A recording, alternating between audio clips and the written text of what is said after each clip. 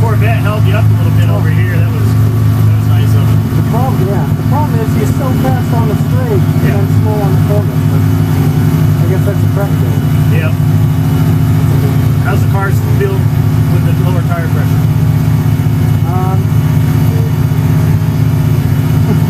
Feels better on the low speed, but not as good on the high speed. Okay, so we'll leave them where they are. Yeah. Just leave them where they are. Although the only thing I'm curious, is there a pressure difference between left and right? Feedback. Yeah.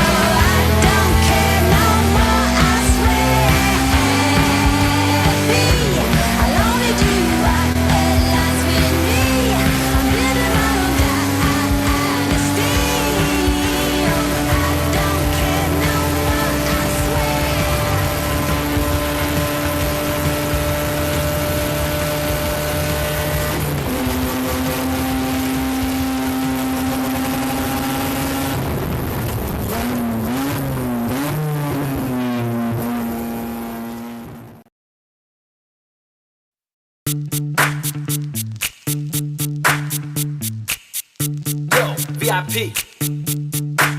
Let's kick it. Ice, ice, baby.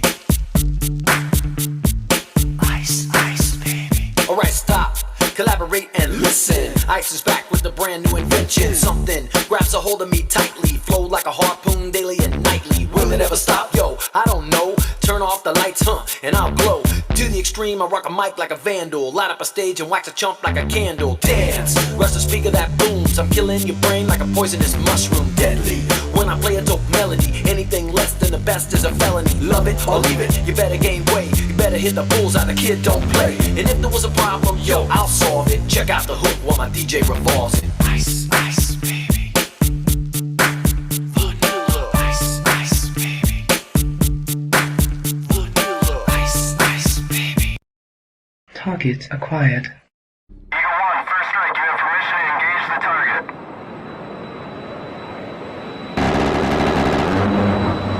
Warning: the following video contains explicit language which may be offensive to some viewers or inappropriate for children. The content within this video is intended for mature audiences only. Welcome back, everybody. How the hell are you today? It's Monday again. All right. We got stuff going on. It's gonna be a great day. Other than that, I don't know. All right. One more reminder, guys. I am trying to get the Twitch.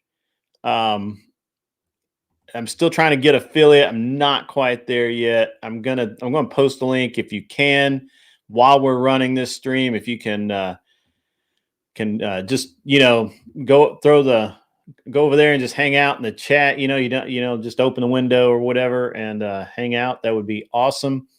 I'm pretty close to affiliate, but not quite there yet. And there you go. There's the link. The link is up. And if you can help me out, that'd be awesome. I need 4 or 5 people in there over the next few hours to lock it down. But so if you can help me out, great. If you can't, that's okay too.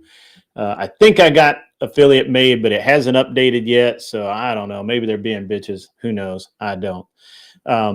One thing about Twitch that's important is that when I make affiliate, I'm going to start doing some more content over there that has to do with the things on the wall behind me. Because on YouTube, you can't touch those. But on Twitch, I can. And I can hold them and talk about them. And we'll do some gun content. The bolt action is an FN TSR in 300 short mag. 300 WISM. So yeah, I rotate them out. So that's it.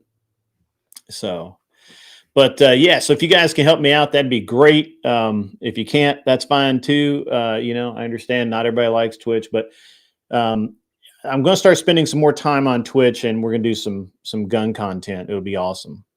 So that'll be great. Also, what other kind of I'm going to be gone the end of this week, guys. I'm going to be at TwitchCon. I'm going to be out there for, I leave Thursday. I'm going to be out there till next Monday. I wasn't going to, but I think I'm going to go ahead and take my, portable studio, my streaming equipment, and we'll get that, we'll get you set up there too. So I'm going to try and stream. I don't know how much I'm going to be able to stream while I'm out there, but I'm going to try. Obviously, I can stream from my phone. I might do some impromptu lives like all the other Twitch heads, but to do actual shows like this, I don't know. We may we may not have a day shift on Thursday, so we'll see. Really glad to see, man. We got a lot of people over in Twitch. Really appreciate it. Thanks so much. Yeah, so. I've ignored Twitch for the past year. I've been harassed into paying attention to it. So that's what I'm going to do. I want to take a minute. We're going to roll through and look at all the cool peeps out in the chat today. The chat was jumping long before I got here. We started out with Agrillipus out there telling you to hit that like button, subscribe, join, support the show, join my Discord. It's always happening over there. Unlike some Discords that just kind of sit there and roll over and play dead, mine, for some reason, seems to be pretty active, and it's fun. Not quite as active as the Crucible, but we'll get there. And obviously, I don't push this enough, and I've gotten a lot of flack from this behind the scenes. You guys don't know what the true fans of this show who want to see me succeed, you don't understand the beatdowns they give me for not grifting, for not asking for donations, for just sitting up here and talking so much and giving out good entertainment, but not asking a lot for, I don't do any grifting. So I get beat up on that privately. They're very fortunate people don't beat me up publicly for it, but they certainly do privately. And Agrillipus makes a great post here that I'm going to just go ahead and show this on stream. Guys, Streamlabs, if you can send your super chats, donations, whatever, through Streamlabs, I get more of the money. YouTube takes, actually, YouTube's taking just a hair over 30% right now. That's rough, man. That's rough. So it'd really help out if you guys can do that. Tootie Bug was in next. She showed up and showed out. That's for sure. Dano, my man, I hadn't seen Dano in a while. Good to see you. Carney's Ride popped in right after that. Seriously, Shelby's out there in the chat. What is up with that? Seriously, Shelby, good to see you, man. I've been wondering where, if you were doing okay and how everything was going. So I'm glad that everything seems to be going really well in your life there. Seriously, Shelby. I do have good intros, Dano. That's cool. And I'm working on new ones. I haven't really changed them for almost a year now, so I need to get, I gotta get fresh with it. Ghost 1978 rolled on in. Mr. is in the house for sure. We've got some people out there today, some good guys, and some people I hadn't seen in a while. Which is awesome. It's good to see people just kind of roll in. Gorilla Biscuits shows up as well. Good to see you out there in the chat. That's always good. And you guys, I love that Vanilla Ice Trump bit. That's just too good. Some AI did that, and that AI rocks out. So that was very cool. And we're gonna put. I got some new intro stuff coming out. W's out in the chat along with Smoking Spaceman. Good to see you guys. Buddha's showed up. Awesome, man. And good to see you. Good to see all of you guys out there in the chat today. It's awesome. Thumping Weevil has come on in. How do you spell Twitch? Like this, like Twitch. If you guys missed the show the other night, I had Jake Var on towards the end, and he and I we got into it a little bit, over Israel. He's a conspiracy theorist. I believe that I don't give a shit enough that know whether it's a conspiracy theory or not, but that's cool. It's all good. I have some more racing footage, but it's kind of all looks like the other stuff. Trump's been on it today, guys. I don't know if you guys have been paying a whole lot of attention, but Trump is laying it down. I mean, he's everywhere. Like, it's unbelievable, right? Like, he's got this peace thing going on with Israel that everybody said he couldn't do. That's today's not a good day, Smoking Spaceman. I'm sorry to hear that, buddy. What's up, Alex Estrada? I'm doing well, sir. I'm doing well. Yeah, so as we enter into yet another day of the government shutdown with the lion-ass Democrats still not coming to the table, still not wanting to deal, still presenting the roadblock while crying victim Lying motherfuckers. Just lying. I'm so glad I'm not on the national network because I can actually say lying motherfuckers, you know, because that's what they're doing. They're lying. Did you see did you guys happen to see the commercial? I should go find it. It's probably on YouTube.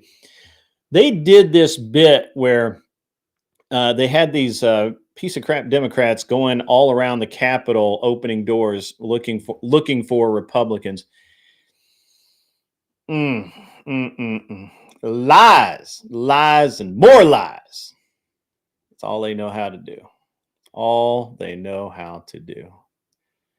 So, yeah. Double W. All right, got you. All right, so, all right. Another week of federal gridlock, guys. It's nuts out there. It's crazy. You can't make this shit up. You might want to, but you just can't make this shit up. I'm going to try really hard to cut through the noise of the headlines and give you guys, you know, as unfiltered a version of this as possible. Lying motherfuckers. Rule number 1. Power corrupts, folks. That's what we're seeing right now is the power corrupts. These are some corrupt motherfuckers. The institutions fail because power corrupts. Institutions fail because they're mismanaged. Institutions fail because they weren't needed in the first place. They were just a cash grab, right? A lot of these institutions, by the way, that you will hear the press whine and cry and bellow with melancholy. A lot of these institutions suck. And they were only cash grabs to start with.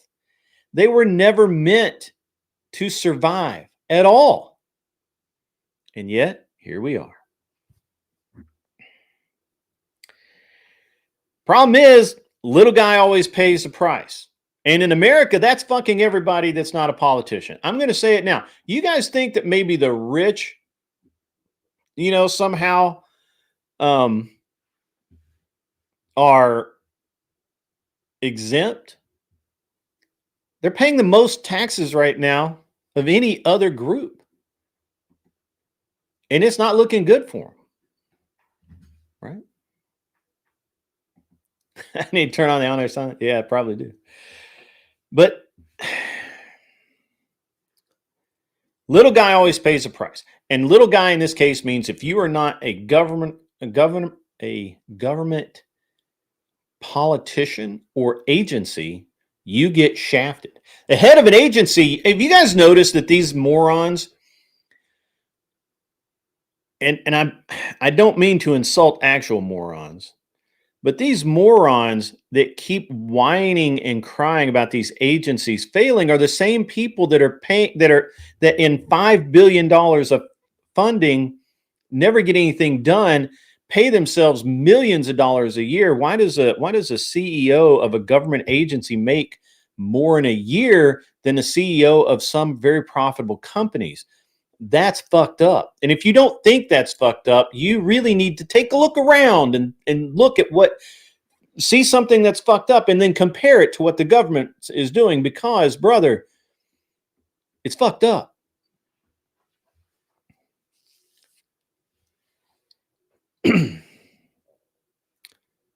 It's Monday, right? Again.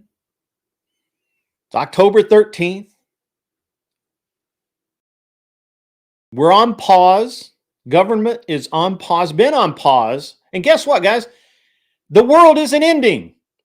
You remember every year that we've gone down this road where, you know, the Democrats are like, oh, the Republicans are going to end the nation. The nation's going to fail because the Republicans aren't going to give us our budget that we want.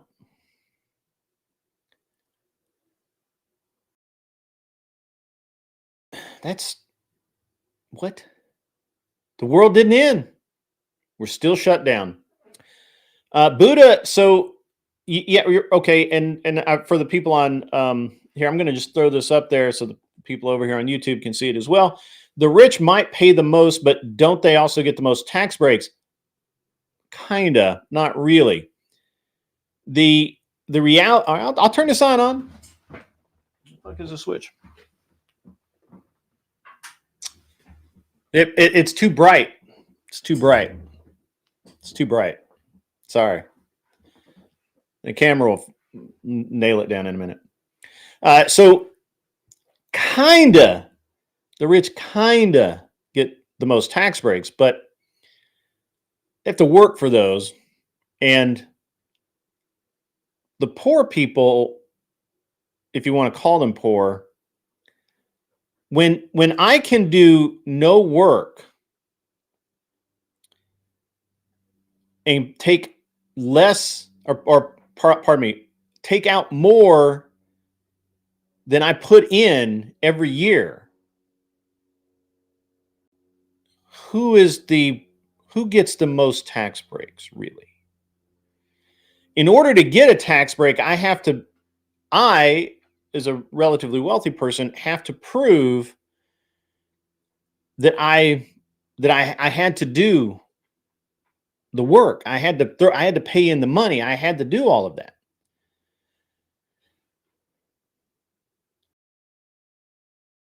If all I have to do is work a minimum wage job and I get more back than I pay in, or I ever pay in, I'm really getting a better break. Now, that's just how that works. Lower,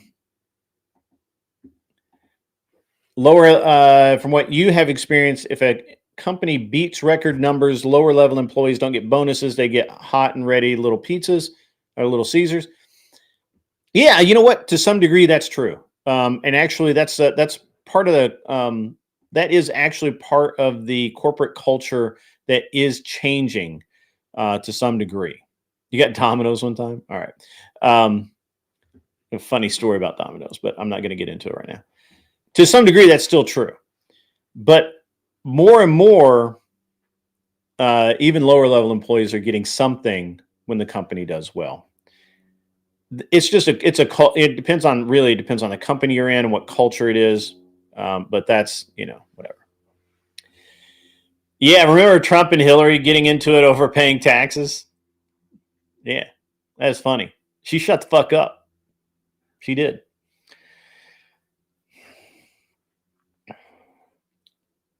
I lost my plot thought.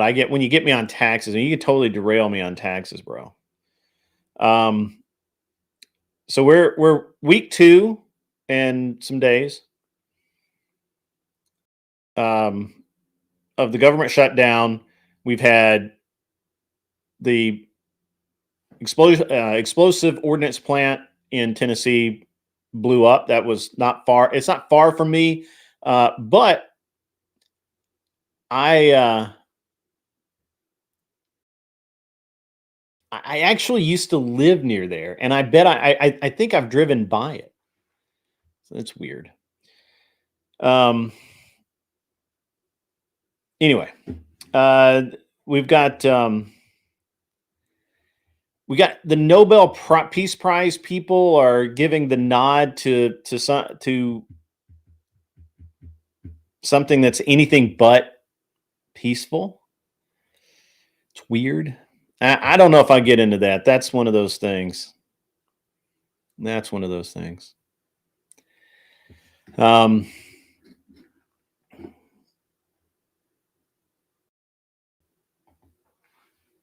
You see the shutdown lasting until the No Kings happens? That's possible. Welcome, Seth Spence. Good to see you.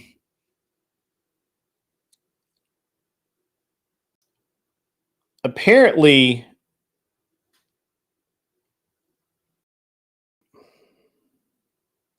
if you look at globally, we've got all these little fires going on around the world that are kind of scorching us, right? We have border skirmishes, tariff wars. There's unpaid bills in the United States that are hurting us. We have rising costs. Bitcoin took a massive dive the other day, which was not unexpected if you were me, but I think it caught a lot of people down and out with their pants down, I guess is actually a better way to put it. It was not an ammo plant. Glocks are banned. Yeah, I think they did ban several Glocks in California. I don't know if all of them are banned, but several are. I need to look into that. I haven't actually read about it.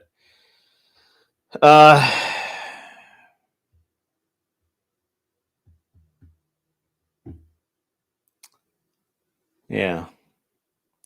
And we have this unrest, right? This boiling of ideas and political ideology in America's streets, in the streets, and schools, college campuses, even high schools are getting into the act now.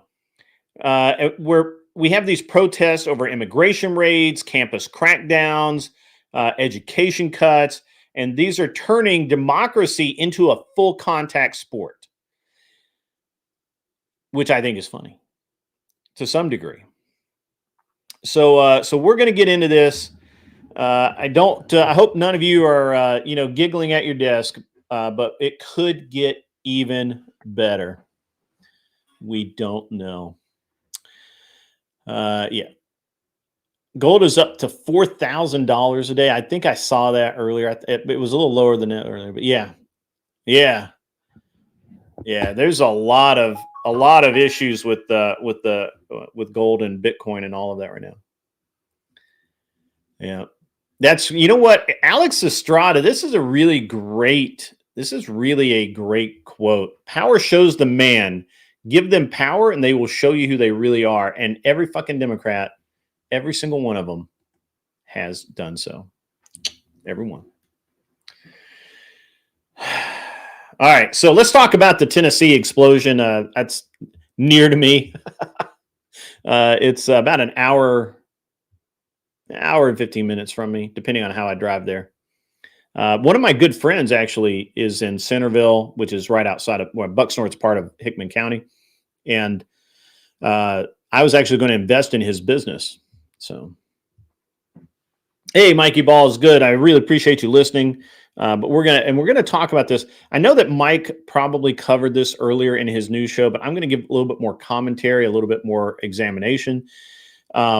So obviously, massive explosion. And remember, this is a rural facility. I think it's on 1,300 acres of property. Looking like 16 workers were killed. No survivors. The buildings were leveled. Okay, leveled. Like if you've seen the pictures, it's dirt. It's dirt.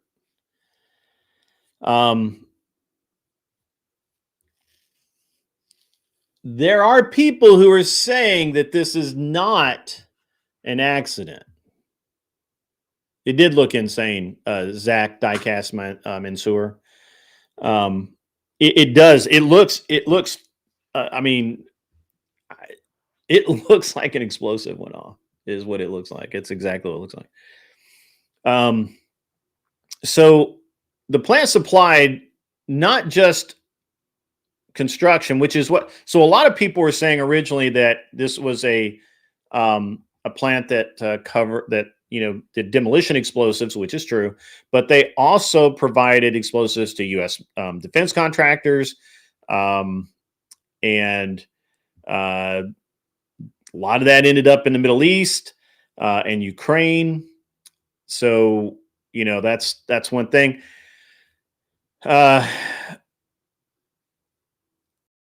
Think about that. We have America's defense budget last year was $886 billion. That's a lot. And it funnels a lot of money to companies like this, right, that make proprietary explosives or demolition equipment or a lot of different things. And Tennessee has a lot of these businesses, to be honest with you. There's a lot of conspiracy theory stuff going on with this already, cover-ups.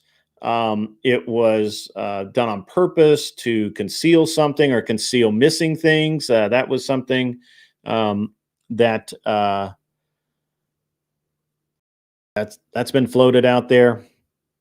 So while the defense budget is $886 billion this year,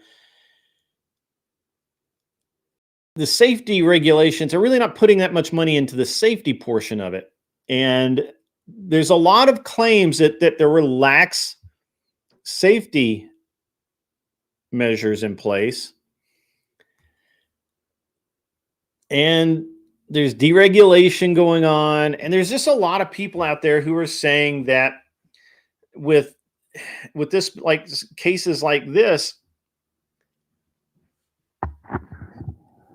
you know, the families are asking what could have been done, what should have been done, where was the, you know, why did this happen? How did it happen?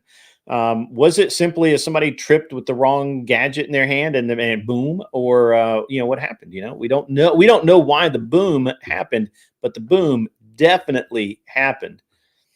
You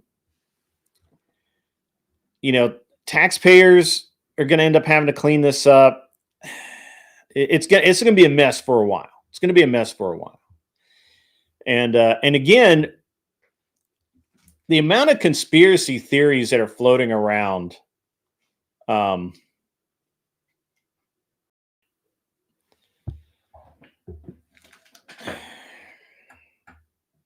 so many conspiracy theories floating around. It's hard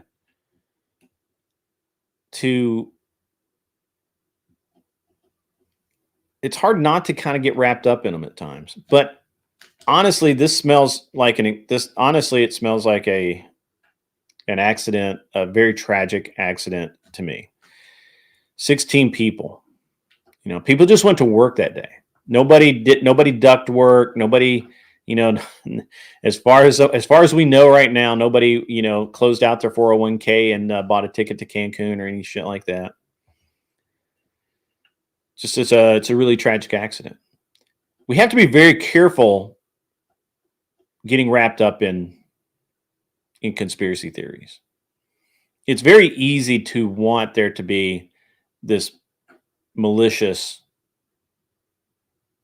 act or group of people behind something, especially since, I mean, that's what every movie you watch, every book you read, every TV show, half the shit on YouTube, it's all about these various conspiracy theories. And what can you do?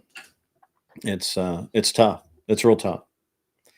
So, yeah, tinfoil hats have never been more popular. That's fucking sure. Yeah.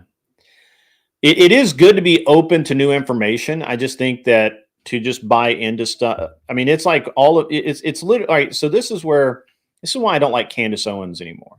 Candace Owens literally goes off half-cocked all the damn time. Ghost 1978. I don't think there's any property near it. It's on 1,300 acres that they own. Like there's nothing out there. It's rural, like the way that most people don't understand rural. But back to Candace Owens, and she's like just the best example of it. She just spews shit that ends up not being even anywhere near the truth. Like I used to take her seriously, and now I'm like, it's a fucking whack job. You have to be very careful about the whack job nonsense, right?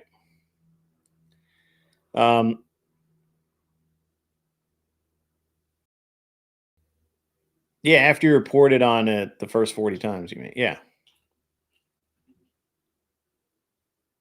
Yeah. Right. Don't be gullible. ZD Den's on it. ZD Den is like a really, really great contributor to my show. She says such smart things. Keep eyes wide open, don't be gullible, and trust no one except at surface level. Yeah. I used to really like Candace Owens. I just can't, like I said, she's so far out on the edge. She's just fucking lost it. Yeah, she definitely lost it with Israel. Yeah. Yeah, for sure. Anyway, let's talk about Afghan-Pakistani border bloodshed. Bloodshed. A lot of it, too. Afghanistan has claimed, I think they've backed this up by now. I haven't pulled the latest news. It seems like the latest I have is that Afghan is claiming they killed 58 Pakistani soldiers in a retaliatory border strike after an alleged airspace violation. Like they fucking know. Apparently this they clashed pretty hardcore. It shut down the Chaman, whatever. I don't speak Paki. Crossing, and they stranded the thousands of these refugees. And the video of the refugees being stranded is out there. You can go look at it. It's really an interesting dynamic. Yeah. So anyway, it's there are thousands of these refugees. The interesting part about this is that, to be honest, a lot of these refugees are eyeing U.S. resettlement. So I don't really know how I feel about this. Apparently, I didn't know this. I found this out this morning. I think I did kind of know it, but I didn't really know it. Apparently, would you guys be surprised to learn that the U.S. has airlifted over 100,000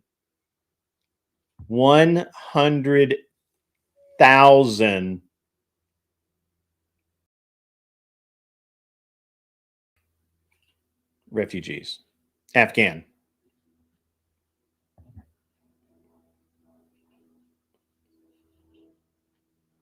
100,000 Afghan refugees here in the United States. We flew them over on our planes, on military planes, I believe. And that's since 2021. Trump had nothing to do that. That was the big B. The big B made that happen. Are you surprised? I was. I honestly was. I didn't think that it hit those numbers. I knew that a few had been like emergency airlifted out, but nope. So 100,000 Afghans to the United States. But Trump's deportation machine, it is a machine. It's like none other. It's the best. It's the greatest the world's ever seen. Nobody's seen a machine like this before. And he's getting rid of these guys. ICE raids are spiking 40% in sanctuary cities like LA, and having a real impact on these folks. Refugee aid has been frozen by shutdown. Means delayed vetting, means delayed everything, more backlog. Basically it's just more backlog. So that's I think Trump is on the right track here. I think that Buddha is right, that we need to take care of our own veterans and our own poor people and our own crazy nut job, whack job people. We got a lot of people here to take care of that belong to us, and we don't need to import any. We don't need any freshie. We got plenty. We got plenty in stock.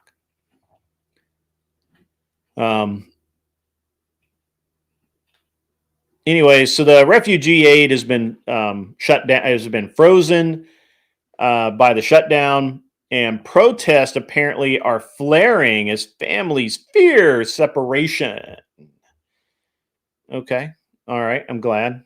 I mean, I'm not glad. I just understand it, right? We're exporting this endless war. We need to be slamming the door on the fallout. We need to quit exporting the war. Okay. We need to bring our shit home. Take care of ourselves. Tell the world to go fuck itself for 5 years or so. They need to get their shit together. Currently, right now, globally, all the other countries, all the other nations are like that psycho bitch ex-girlfriend that you really, really like and you really, really want her to get her shit together, but you just can't be together right now. You need a timeout. The U.S. needs a timeout from the psycho bitch. The psycho bitch might get her shit together. You don't know. Maybe you give her a couple, 3 months. She gets her shit together. She gets off the Quaalude. She gets off of the birth control. She gets off of all the whatever, however many damn drugs she's pumping into her system. Maybe, she evens out. And now you might have something to work with. This is where we're at. We need to tell the world to fuck off for 5 years. All right? If you love something, set it fucking free. And if it comes back, use a shotgun. Just saying. That's the way it is. That's what we need to do. On to the U.S.-India tariff, which is threatening tech jobs, supposedly. Another psycho ex bitch. How many psycho exes does the United States have? Riddle me that. Riddle me that. All right, so U.S. ambassador designate Sergio Gore's or Gar, however fuck you say it. October 12th, meet with the Prime Minister Modi, fuck ever. In Delhi, I believe it was in New Delhi. May just be Delhi. I don't know. All smiles, right? You guys remember the pictures? All smiles. But the reality is pretty fucking ugly. 50% U.S. tariffs on Indian steel and doubled H-1B visa fees. Boom. I guess that's a message to Vasek. Whatever fuck his name is. Anyway. That's since January, folks. I got my notes here right here. Trump's America's first push to claw back 500,000 plus jobs that have been outsourced from Bangalore back to Boston or wherever the fuck. That's why we are reshoring jobs. The number one thing that I can't be mad about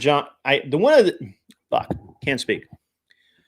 The number one thing that I cannot be mad about Trump at all is the one thing he's good at right now is reshoring jobs, getting American jobs out of there and back here. That's the one thing he's been good at this whole time. So, yeah. Those dots, Buddha, dots. Indians with dots. They're a dot Indian. There you go. All right. So anyway, and just because I got to hear my notes, just for real here. Indian firms like Infosys employ 20,000 Americans, but with these visa hikes and having to double the cost of H-1B, that could boot that number up 100,000 workers. That's 100,000 tech jobs, which are being eliminated by AI as we speak. That, these people can become gainfully employed again And that's what I want. I want gainfully employed Americans. And I don't ever want to hear these fuckers talk about how we are a service economy and we're exporting the jobs we don't want, the shit jobs, whatever. I don't care what fucking kind of job it is. There's an American that will take pride in doing that job. And he needs to, and she needs to, and that kid needs his first fucking job.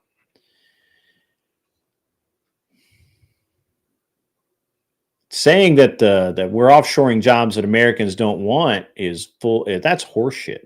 All that means is that you've never been out of New York City or California, and you don't know what real Americans actually are.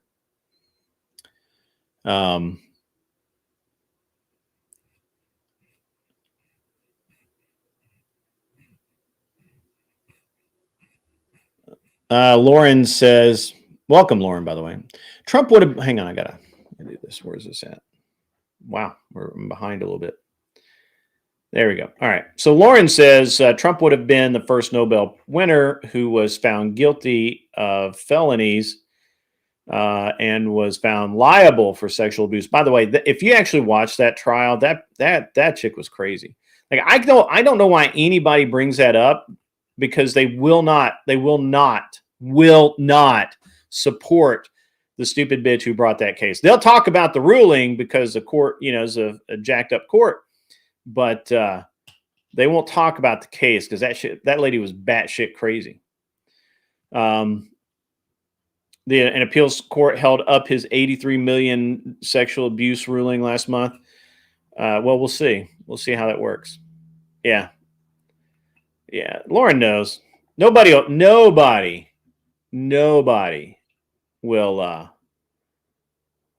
nobody's going to talk about the actual case. They'll talk about the ruling, they won't talk about the case.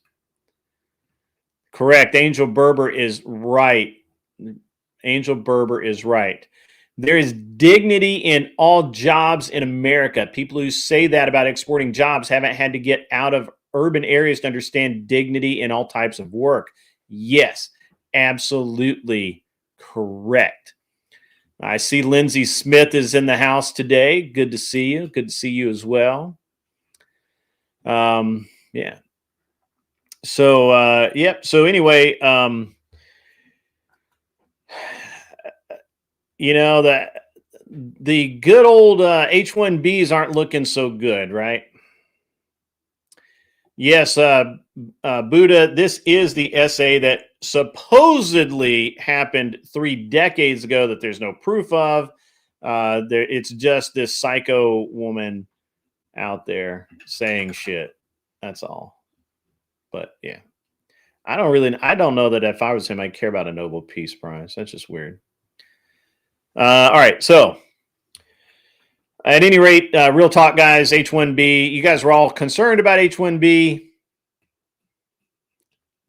Just doubled the expense. That might actually bring back American jobs. That's right. So, and that's hitting Silicon Valley really hard. The shutdowns are delaying approvals. So even if they're willing to pay the money, it's not getting approved because there's nobody there to do it. The shutdown is working in that regard. And, it's the global trade war is working perfectly, gutting the H-1B program, one visa at a time. All right. So let's talk about that government shutdown. I mentioned it several times already. What's up, TVT? Good to see you, my man. Good to see you. Let's talk about the government shutdown. Week 2. Dose. $1 billion weekly economic bleed is what they're saying. I don't believe that. That's just what they're saying. There's no funding bill. 800,000 government workers are furloughed or unpaid. Social security checks, they are going out for October via contingency funds. So that's, that's great. We can, we got a lot going on here. We can deal with that. November is kind of iffy, but hey, if the government wants to be shut down for a month, more power to it. I agree with it. Just let it roll. That would leave, and look, this is where the left is at, right? The left is saying that 67 million seniors are sweating. That economically they can't afford it. U.S. Travel Association has pegged 1 billion lost per week in tourism alone. I don't believe that. I think that's a made up number. Who the fuck? What U.S. Travel Association? Fuck off. I'm flying next week. I'm flying Wednesday, actually. Thursday. Pardon me. Not Wednesday. National parks are open despite the liberal media saying that they're closed. Now, some parks are not staffed. Like the local battlefield here is not staffed, so you can't go into their little museum. But that's fine. You can get there. You can always come again.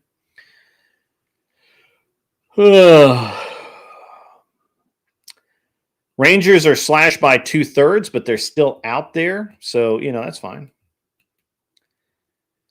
And yeah. So student loans are also deferred. So less people are going into debt this week. I saw something. Let me find it. I'll address this in a second. I already talked about this, man. You're behind God, Guns, and Glory. You're a little behind. Snap/WIC for 40 million low-income families. Again, being paid for out of contingency funds. Yet the left is screaming like Chicken Little that the sky is falling and you won't ever have to make that happen.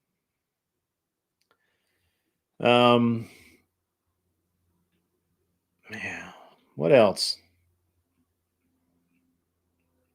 Pelosi, by the way, has called the shutdown deranged. She's the one behind the fucking shutdown, and she's calling it deranged. What the fuck? Can somebody explain that to me in small doses? So, anyway, all right. Again, the politicians are getting paid, but the working stiff carries the bill. And by working stiff, I mean basically anybody who's not a fucking politician.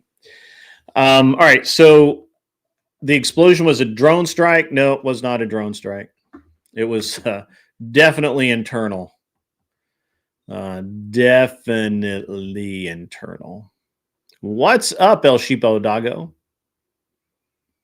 Yeah, dementia plus alcohol can't yield good results. That's true. I doubt Pelosi actually remembers what she voted for. So, she probably thinks she voted the correct way. If we could only make that work for us, that would be awesome. Canada sending illegals into the U.S. via the provinces and fentanyl traffickers. Interesting. That's not going to work out well for them. Pelosi eats lipstick. It does look like she just hammers down on that lipstick like it was a red rocket. That's the thing. I think Pelosi has mistaken lipstick for the red rocket. All right. Let's talk about some inflation since you brought it up. All right. So the Fed has fumbled again the things that it could do to help correct and solve this issue. Okay. Let's take a look at some numbers. CPI jumped 0.5%. That is per the Bureau of Labor Statistics. As shutdown halts data releases, They're not going to get that much more information out of it.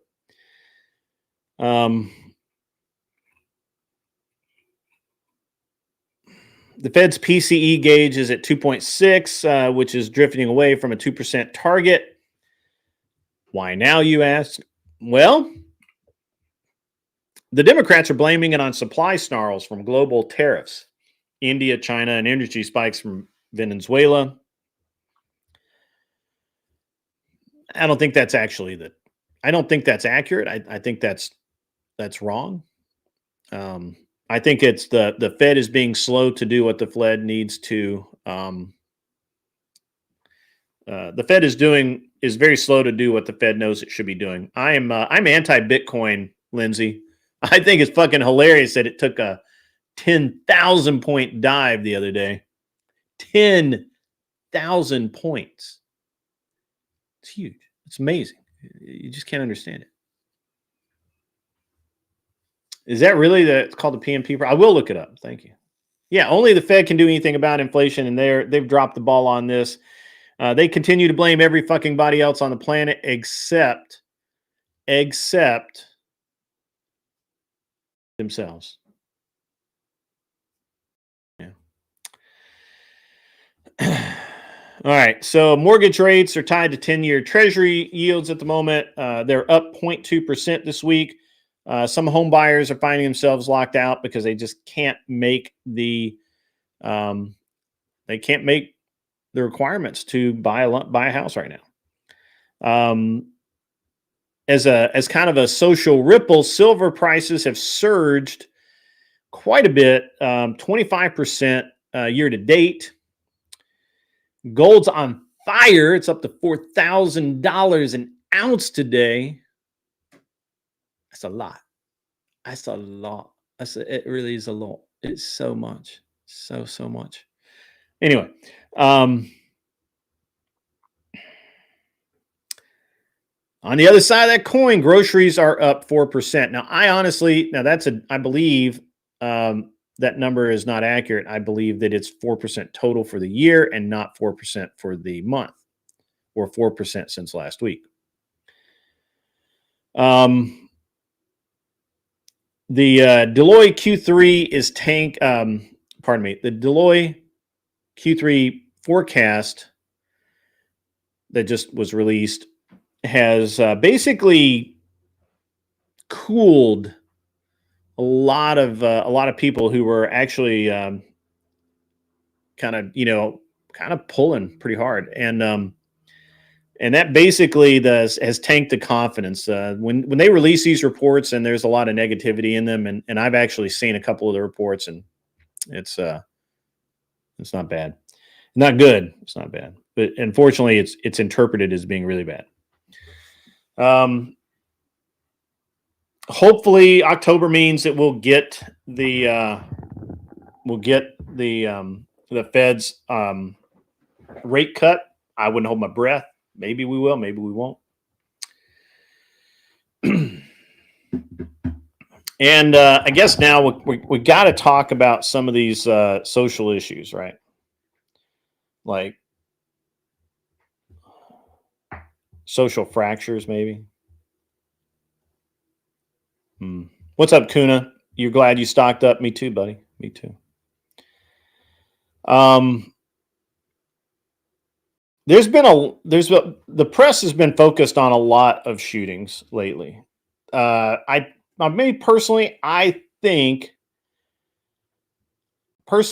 think that it is to distract people from all of the other things going on.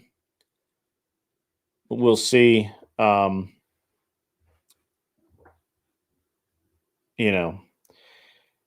They've had there was a bar shut up in South Carolina, 4 killed, 20 wounded. They just had another shooting. I forget where. Again, I think at a bar, 16 wounded. I think there were 4 or 5 killed there as well. It could be the same event. I could be thinking the same one. It's just a news update. So, they're really going to push the gun control. So fuck those guys. It's time to quit listening to them. And that brings me, man, that brings me to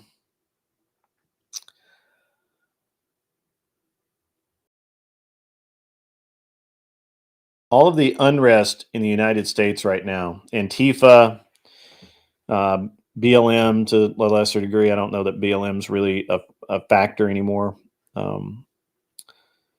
Various other groups on college campuses. Just terrible. Just terrible. And it's hyperbole, but it's kind of not. But it really feels like we're locked in a fight for education's soul right now, if you will. The streets and the schools, especially the schools, there's so much anger out there. And there's so little actual back and forth discussion.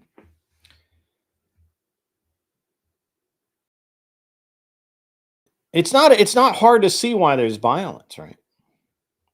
And the left doesn't want to talk to anybody. Kuna lost your job to the government shutdown. Sorry about that. I do believe the left are responsible for this nonsense. I really do. I can't point to a single thing on the right where we have shut down roads. We have barricaded outside of legitimate businesses. I can't point to anything that the right has done that's anywhere near what the left is actively doing. Welcome, Hawaiian CC. Good to see you in. Good to see you in. It's a perfect opportunity for me to take a little swallow of liquid here.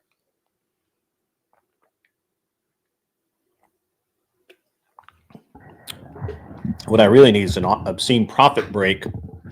I don't have a Bo Snerdley to make it happen.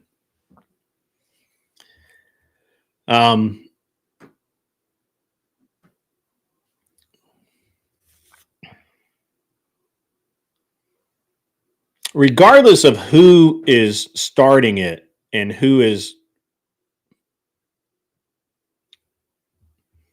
and you know who is I guess pushing back against it, regardless of that,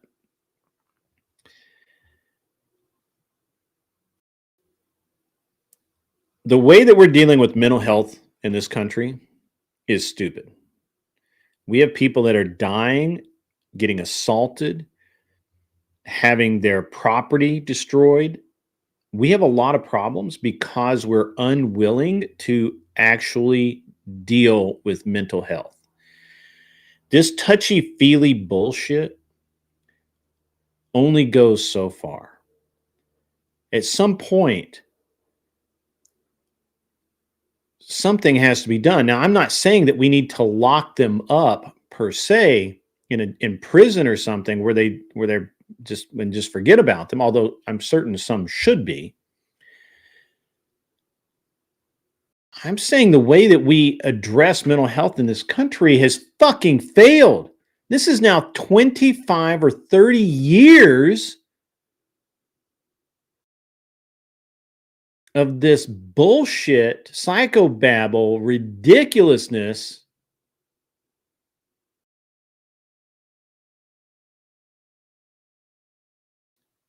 And it's cost so many lives. It is in of itself insane.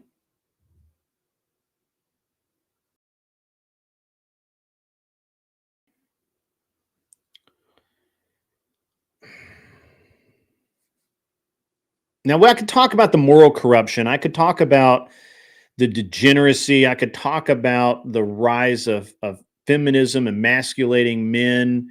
I could talk about all of those things, and some of you would agree, some of you would disagree, but I don't think anybody can actually disagree with me that regardless of your morality, if you can't see that we have severely fumbled how we deal with the criminally insane, with the people who only want to hurt other people, with the people who cannot be a part of society. And yet we have people championing them as didn't do nothing. He didn't do nothing. He was just sitting there. He was just saying the thing he always says. No, no, no.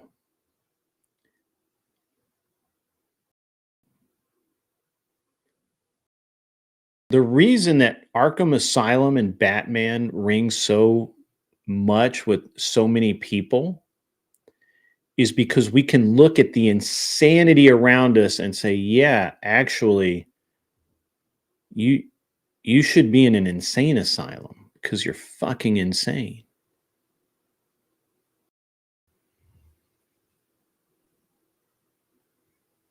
We could talk about the drug problem. The drug problem obviously feeds the insanity problem. That's worse. You know, now we have insane people getting high. Like, what the fuck?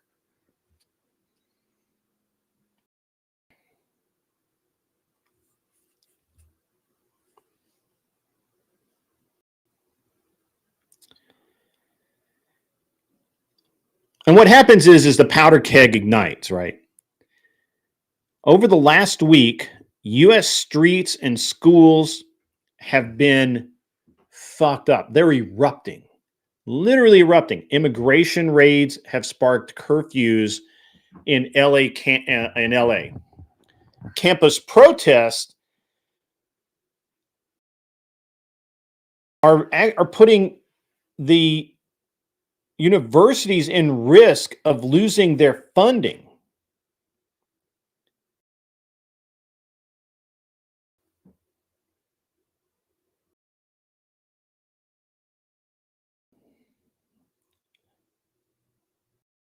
Teacher strikes are clashing with union busters. This is fucking hilarious to me. I'm probably the only one that really gives a shit, or who's paying attention to it. But the idea of union busters going in for teacher strikes is hilarious to me. I think that's funny.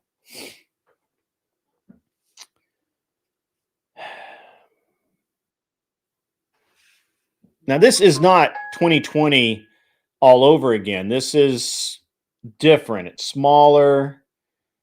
I don't know who messaged me just then, but sorry, can't deal with it. These are smaller, more, and sometimes they're smaller, but they're more pyrotechnical, right? Like they're just way worse. What's up, Natalia? How are you doing? Good to see you.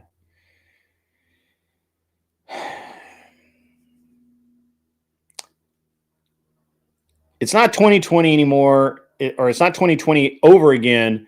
It's smaller, it's sharper, it's way more directed. There's real deportation fears now. There are free speech issues going on. I'm not a free speech absolutist, but I think some people are being fucking deranged about it right now. We have a lot of stuff going on, guys. A lot. And it's pretty terrible. A lot of events. I mean, I got a list of events here. It's crazy.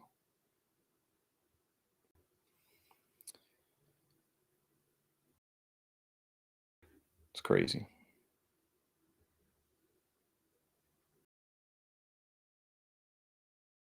I saw a message here. Let me see. You were saying this, but you have two huge guns behind you. Maybe the Mirage is actually visions of oneself. Maybe perhaps you're a fucking idiot. I don't even know that you have a brain. I've tried to interact with not Nolo's, not whatever fuck his name is. I've tried to interact with him a few times. I've yet to hear a good point from him or her. I'm assuming it's a him. How he became a member. Yeah, I represent gun-toting, meat-eating fucking people. Right? That's what I represent, the normal people. I shoot guns recreationally. I'm a competitor. You know, you'd like to hear from him. You won't, because he won't come up. He's a pussy. Ladies and gentlemen, we're almost at 1 o'clock. I'm going to open the panel at 1 o'clock, maybe 1:15. I don't have a lot more here in my notes.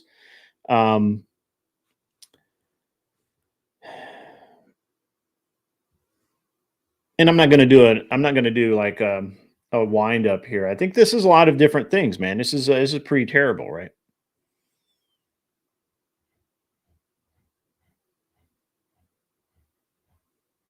Yeah, I pretty much covered my notes. You call them fake Christians? Probably. I don't know who you're referring to, but that's okay.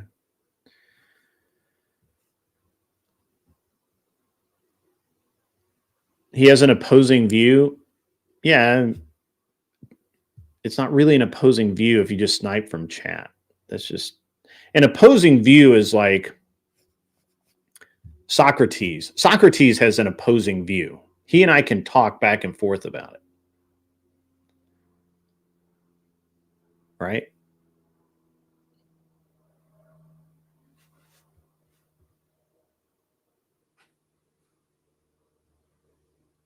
I wonder if Socrates is available. I'm going to drag him on. I like that guy. Yeah, he's not online. That's unfortunate. Socrates, it's spelled Sacra and then tease, like, tease the girls. But yeah, I've talked to him before. I've had him on the show many times. He's like way smarter than you.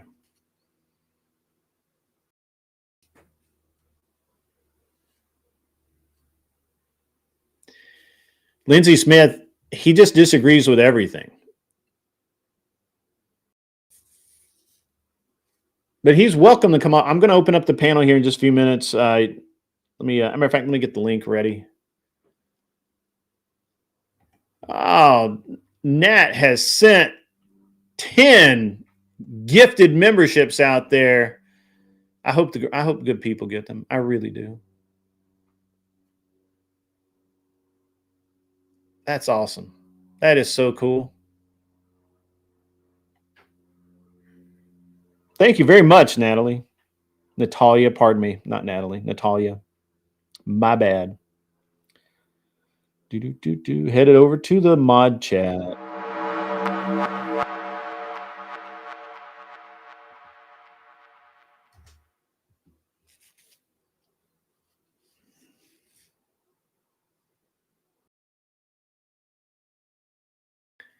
It's not Thanksgiving. It's not even Halloween yet.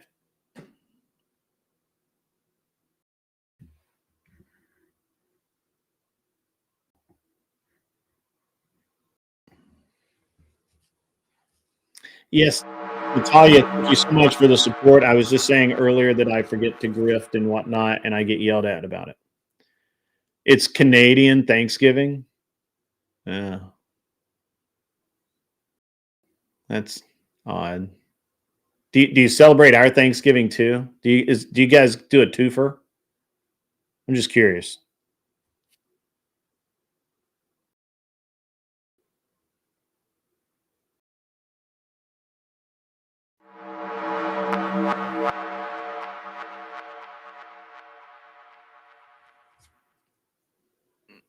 Okay. As long as you guys aren't double dipping, I'm cool with you. That's cool.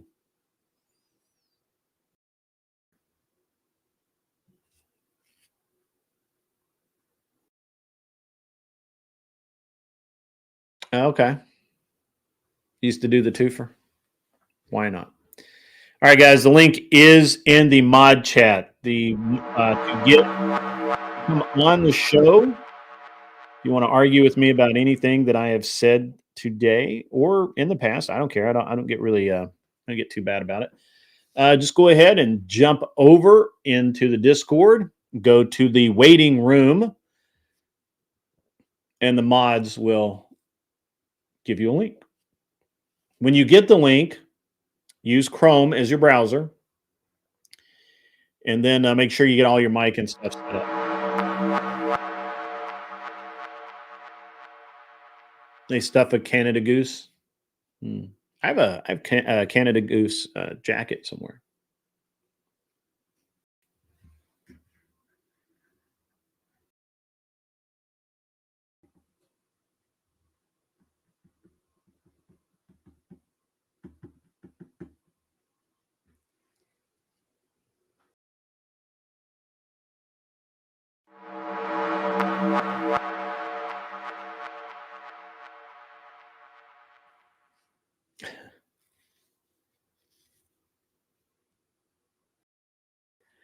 Yeah. So anyway, the link is there.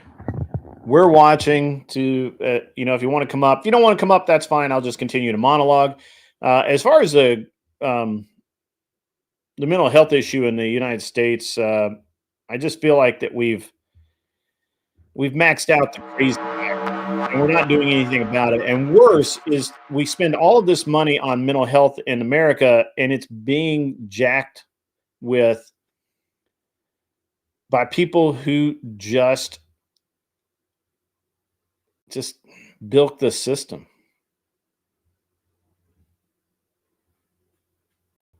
They just bilk the system. It's like the guy in North Carolina, right? That should have been in jail, but instead, the greedy ass magistrate, judge, whatever the fuck she was, had him go to a rehab that she owned part of, that he never actually showed up at. He's walking around free and stabs this poor girl on a bus. Now, did we spend money on mental health? Yeah, absolutely we did. Should he have gotten mental health? Yeah, absolutely he should. Did he? No, because of a corrupt judge. The Ukrainian lady, yes, thank you, Lindsay. Irina. Can't pronounce her last name. I mean, I probably could if I really tried. But.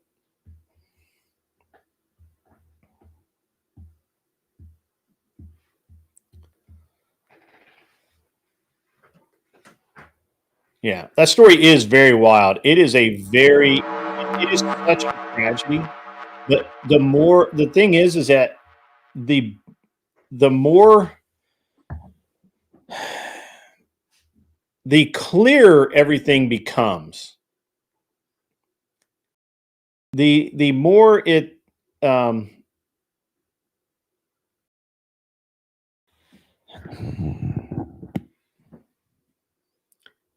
more body cam footage we see, the easier the access to records we have. All of these things come together and are continuing to expand the amount of knowledge, the base of knowledge the average person has about what's actually going on. Where is all of this money being spent? Why is it being spent this way? It's insane. It's just insanity. And when you have multiple, and what's going on right now is you have multiple cases this year of people who were known to have mental issues, were in theory getting treatment paid for, but it was the wrong treatment, or it was just lip service to treatment. And those people then went out and killed people, hurt people. It's really bad.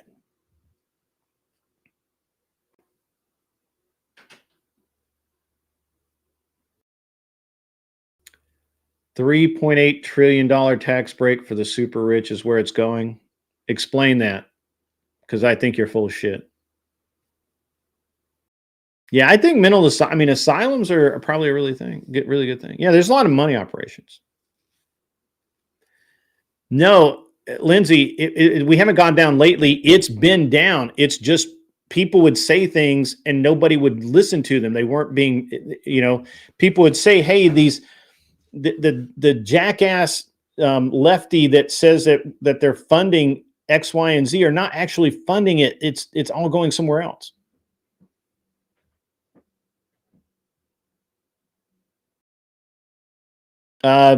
Nobody believes that. Not Lowe's too. That's bullshit. Americans don't die because of healthcare cuts. That's not how that works. That's not how any of that works. Yes,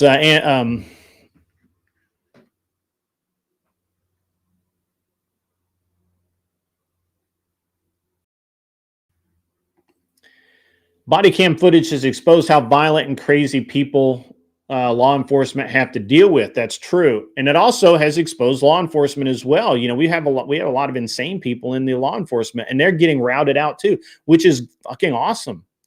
Defeating the left's position that law enforcement bad, right?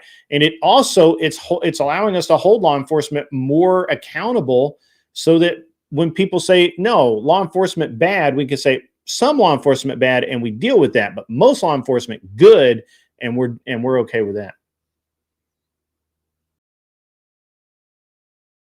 But they don't cut Medicaid and Medicare in the ways that people act like they do. Literally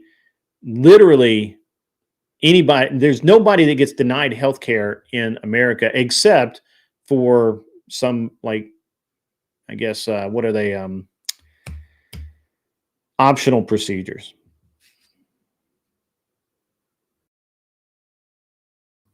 Explain what? Lindsay, you have a microphone. I've heard you on the internet before. You are welcome to get the link and come up.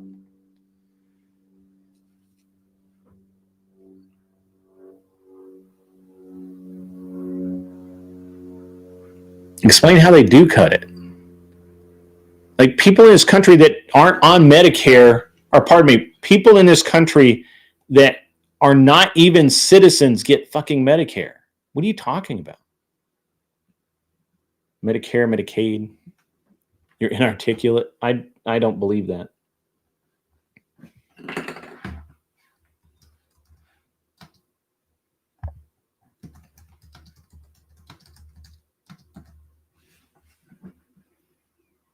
I really like the fact that my computer's always listening to me, and it just it automatically knows what I'm going to do. No, not Lowe's too. You have no fucking clue what you're talking about. You are the one that lists. You drink all of the Kool-Aid. You and Candace Owens are the same. Hey, Egan, coming in clutch. That's going to TTS. J. Ekin donated 50 Canadian dollars, super chat, for the Grift Ammo Fund. All right. So,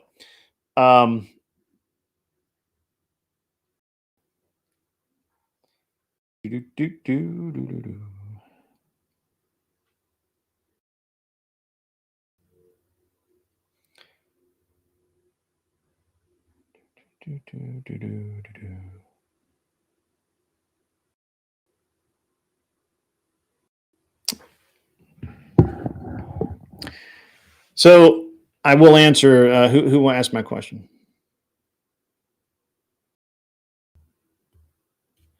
Yeah, I don't believe in socialized healthcare either. But here's the thing: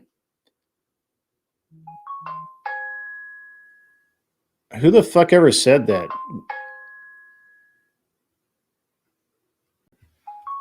Hold on. See, and this, you know, let me see. Where is the problem here? There it is. If you're a person who thinks the white hetero men are the biggest victims, then yeah, you're brainwashed, bud. Really? Well, I'll tell you what.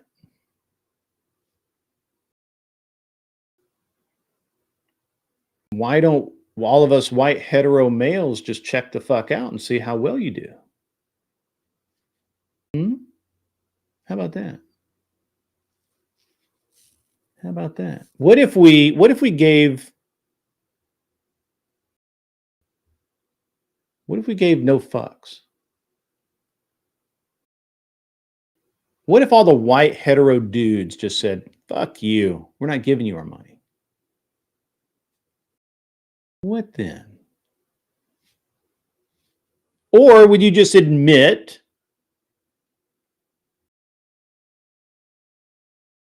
that literally the worst possible thing to be in America right now is a white hetero dude? You will get taxed the most. You will pay more for everything than anyone else. You will not have access to free shit like everybody else. But you don't hear us whining about it. Now we want, accountability.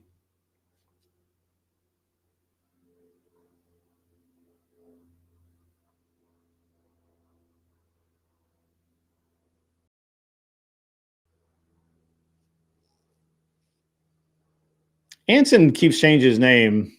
This one's actually funny.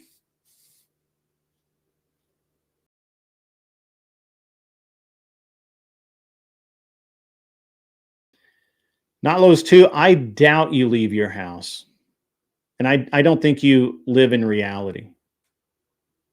Because you're a socialist. And socialists, by definition, cannot live in reality. Seth Spence is correct. Doctors and hospitals used to actually compete in pricing. But more importantly, the cuts to Medicaid are for bullshit programs. I mean, that's what it is. And I agree with that. Carlos, too, you are welcome to bring your dumb ass up here, but you won't. You never have. You've never come up. You've never said shit. Because you know that you're lying. You know that you're full of shit. You don't know anything. Not Lowe's 2. Who pays who pay? Well, I end the show at 3:00. If you can make it by 3:00, you're good. All right. So let me ask you something, Not Lowe's 2. Why do we give illegal immigrants free health care? Why do we give them free housing? Why do we give them access to vouchers for money? We do. Not Lowe's 2. That shows how much you know. You don't fucking know anything. We do that. We absolutely do that.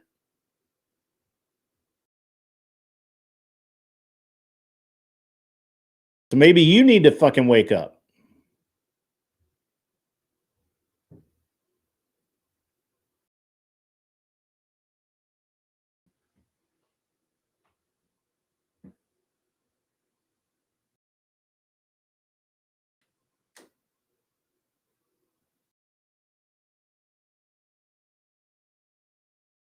We are suckers for a sob story. That's true.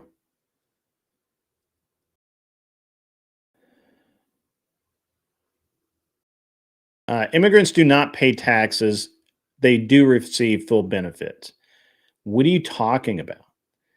This is the dumbest shit I've ever heard in my life. This actually sounds like a Canadian just making shit up, pulling shit out of his own ass.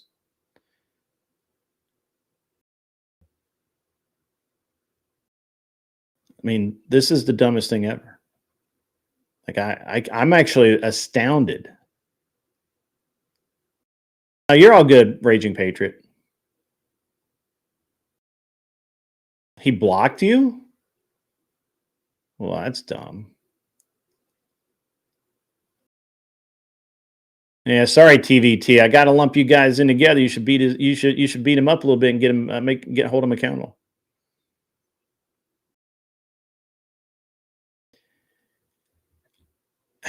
Not Lowe's 2. I have had very, very close examinations of illegals working in California who got access to free medical care, who literally got a check every month. Why do you act like you know something about a country you don't live in and that you don't actually follow the laws?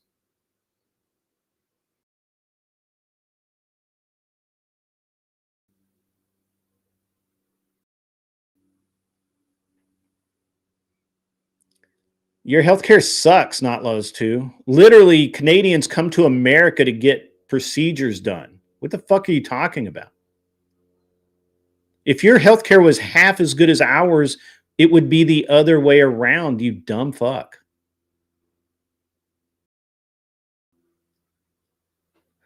I like that Anson's trying to get shit done, but it's not going to happen. He's actually he's literally not going to come up.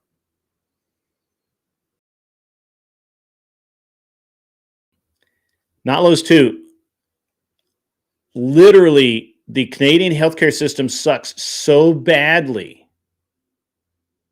that people come here and actually get healthcare. That's why it sucks so bad. Not Lowe's too. It takes me 1 minute to get into a clinic in the United States. You're dumb. 3 months for a root canal is standard. That's crazy.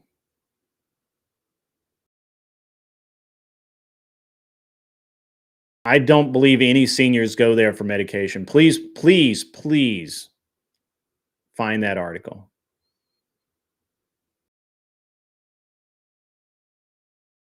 I've read a lot too. I just don't read communist bullshit. I mean, I do, but I don't like listen for it.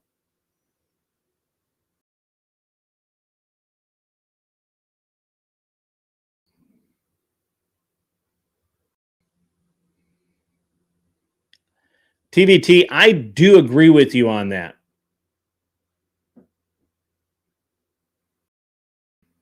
Yeah, I do agree with you on that, TVT.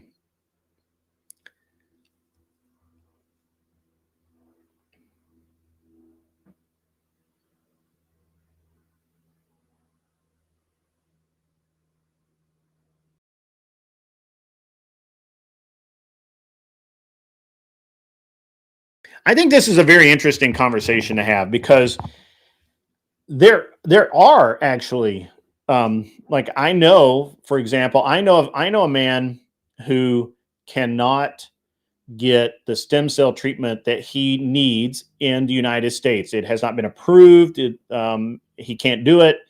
And even if it was, he would have to pay for it out of pocket. And and you know, he didn't want to do that. So he goes to Mexico or Colombia. I think it's Mexico. It could be Colombia. I don't remember. But he goes to another country to get the stem cell treatment that he needs, and he pays for it himself, pays for it in cash, flies down, is down there about 3 or 4 days, gets a treatment, comes back. I think he has to go about every 6 months or so.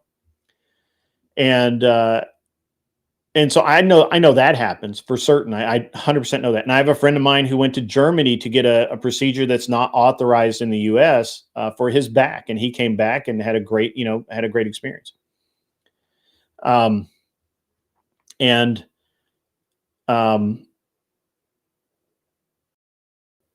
That's about it. I don't know of anyone going to Canada land for fucking shit. Like literally nobody does that.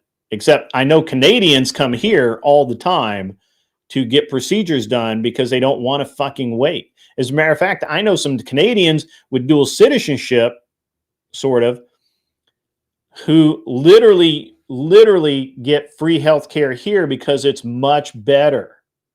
Much better.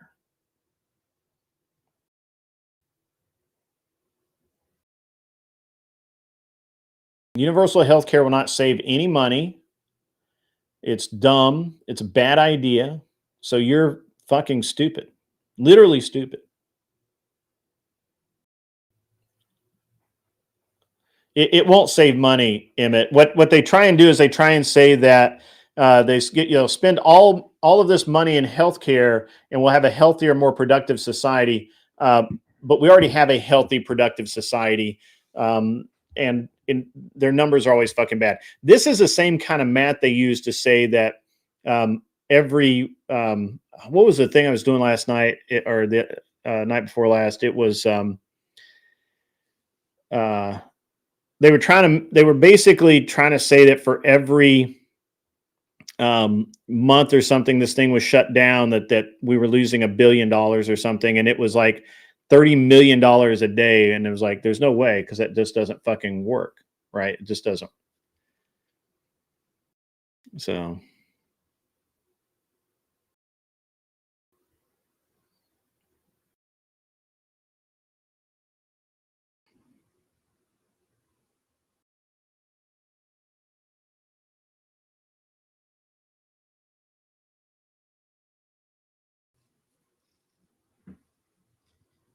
yeah, not those two. Come back on Friday and debate that shit in the debate game. Friday night, 8 p.m. Central Standard Time. Come on back. Make it happen, Captain.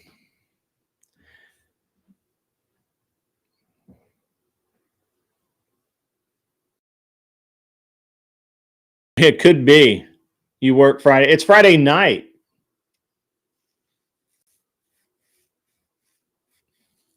You just get off work, don't drink 12 beers, and come on in and play the game. It's going to be great. I can't believe nobody's come up yet. It's really weird.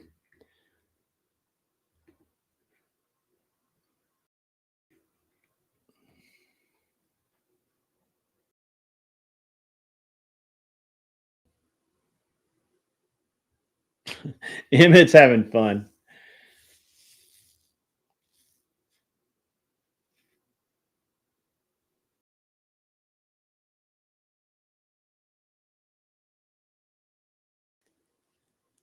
That's probably true, TVT.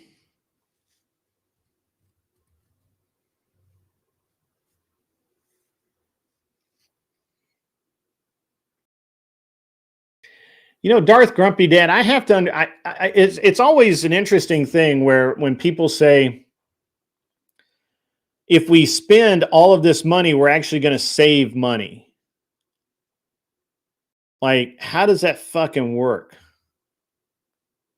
Can anybody explain that to me? If I spend more money than what I'm spending right now, how does that save me money? Oh, and by the way, I'm not only am I spending more money, I'm also taxing my earners more money, right? Like, how the fuck does this work?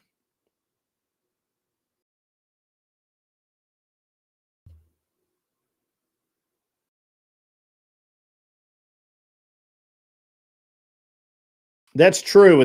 I tell you what, we will stop providing military protection in Canada, and you guys can see how long that universal healthcare shit lasts.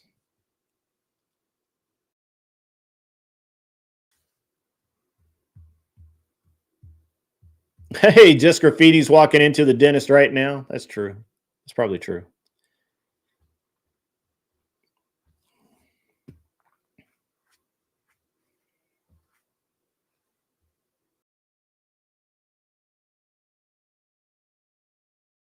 Yeah, it takes money to lose money as well. That's right. So here's the thing. When you are a business owner and you're a capitalist, it takes money to make money. When you are a socialist and you're working for socialist issues, then you are, I mean, what are you doing? Because you can't, you don't save any money. Now, those two doesn't understand the definition of the word free. That's probably true. It's not free, dumbass. You pay for it. Your taxes pay for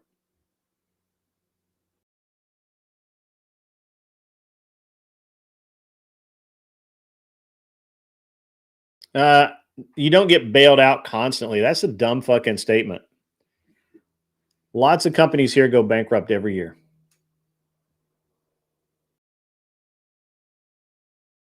What kind of job do you do, Not Lowe's 2? You don't have to tell me who you work for. Just what do you do for work?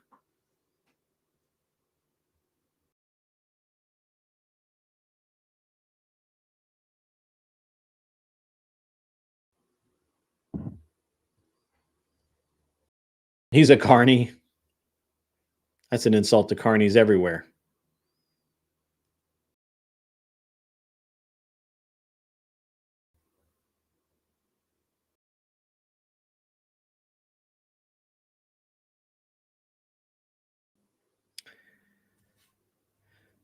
You work in a warehouse? That's what I thought. That's what I thought.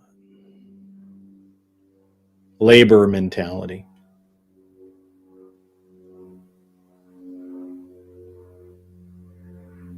That's what I thought. Friday gets wild on the Reddit warehouse. It's funny. I'm glad you get paid very well.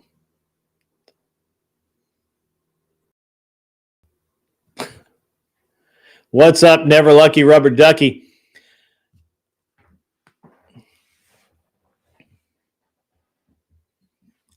How are you, sir? Not enough for a mic. That's funny.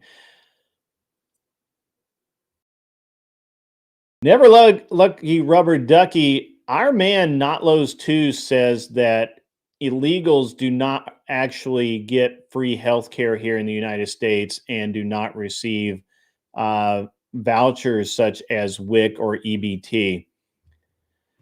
Living behind enemy lines such as you do, could you give us some insight into that? Also, if anybody would like to come up, oh yeah, okay, yeah, you did say that. So he says his cousin is an illegal who jumped the border and is getting all of the things that I just said. Canada is owned by the Chinese now.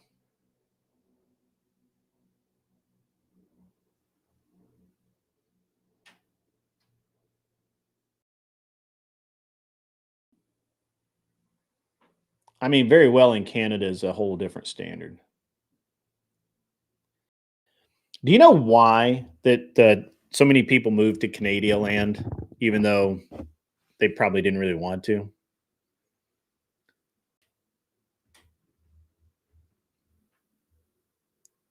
So the reason why is in America we do have citizenship by investment, but it takes a long time, and there's some things you have to get through and all that kind of thing. However, in Canadian land, I think it's pretty cheap. It's like, I mean, comparatively, it's like 500 grand, I think, Canadian to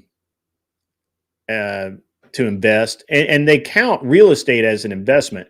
So it literally destroyed the real estate markets in Quebec and many other places because they would buy up entire fucking neighborhoods. They'd bring their family, they bring their neighbors, they bring everybody. I mean, like, it was insane how many Chinese were moving there because because and they didn't care what the house cost, and they would literally, if they wanted 400,000 for the house, they would offer them 500,000 for the house to meet the investment, the investment cost, right? And so that's why they have so many Chinese in these places in Toronto and all of that, because that's and Canada only required like 2 or 3 years to become a citizen, and America requires a little bit longer on an investment visa. So yeah, I mean, that's awesome. So yeah, all you don't need 5 million for a green card.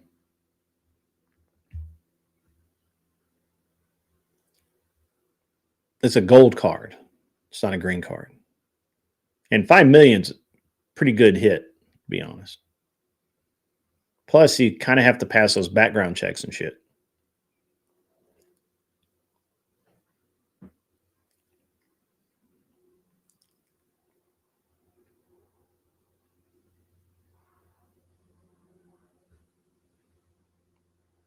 What's up, God's favorite ant? How are you? The link is posted if you want to come up and banter about with me. All you got to do is go over to the Discord, hop into the waiting room, tell the mods you would like a link, and away we go.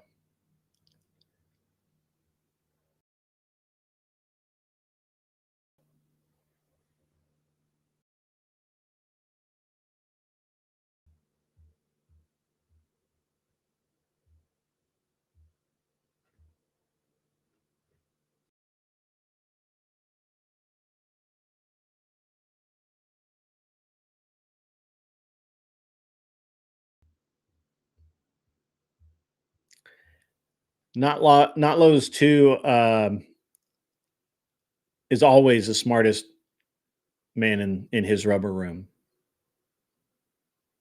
So, yeah, that's what's up. Also, guys, send in super chats, send in some, some donos. I always forget to ask. I get harassed about this. You know who you are out there, mods, that harass me about no super chatting. And we'll continue to give you a good show. Just really quick for those of you who came in later, I'm going to try and do shows after Wednesday, but I fly out Thursday. I get back Monday. I'm going to try and do some kind of show while I'm gone. I am taking my travel kit with me, but no guarantees. No guarantees. Hey, Never Lucky Rubber Ducky coming through with $5 American for the Grift. 07s in the chat. What's up, man? Thank you. Appreciate that. That's great. That's awesome. I'm not doing tacos. So Qatar is not having an air base on American soil. God almighty. Does this guy just read like the news that is like not news? So you just, because that's we were just talking about that the other night. You should watch my show more, because I was just talking about this the other night.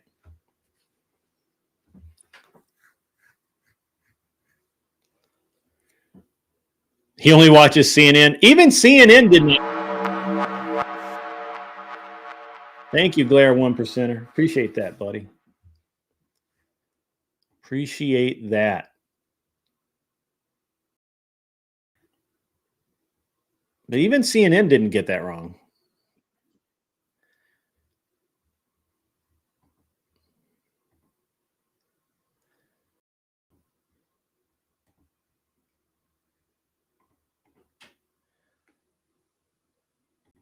Are you there, Emmett? Well, while he's getting set. All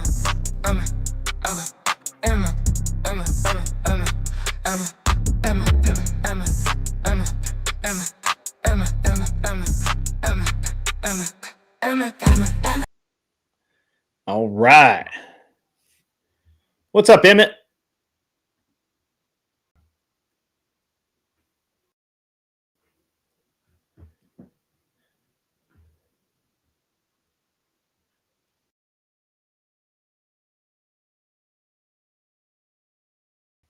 Hello, hello. Can you hear me There now? you are. What's up, man? How are you? Doing fine. How are you today? I'm doing well. I'm doing well. I'm a little tired. It's a long weekend, but that's all right. I may end up having to end the show just a hair early. I've got to go pick up my son and all that. But I got a kind of a busy week. I've got to get ready to go to TwitchCon and really right. kind of. What's that? That's right. You're going to TwitchCon. Are you staying for the whatever podcast? Have you talked to Brian about that? So, I am staying till Monday morning. Whether or not I go on whatever, I'm not really sure. So we'll see how it works out. You should. It would be cool. It'd be cool if I did. Yeah. If you have the opportunity, I think you should go. It's like a cool place to be in. Yeah. You're fine. Well, we'll see. He is set in his ways, as they say. So it's gonna be Thursday till Monday, right? There's not gonna be Thursday till Monday. I can't do the Thursday morning show. I'll be on a plane. So Are we gonna be doing something for Wednesday? Wednesday night, yeah, I'm gonna do a Wednesday night show. I had an interview set up, but I don't think it's gonna pan out. So I don't know what I want to do Wednesday. That's a great question because I need to fill Wednesday night. So maybe I need to go pick a fight with somebody and get a debate going or something like that. I don't know. Let's pick a fight. Every time you pick a fight, it's nice. Yeah. Just pick a fight. That's the way. That's just the way we're gonna do it now. We're just gonna stop. just jump somebody and be like, hey, now we gotta get this. You gotta be what it's what's up. So yeah, it might be. I mean, that may be.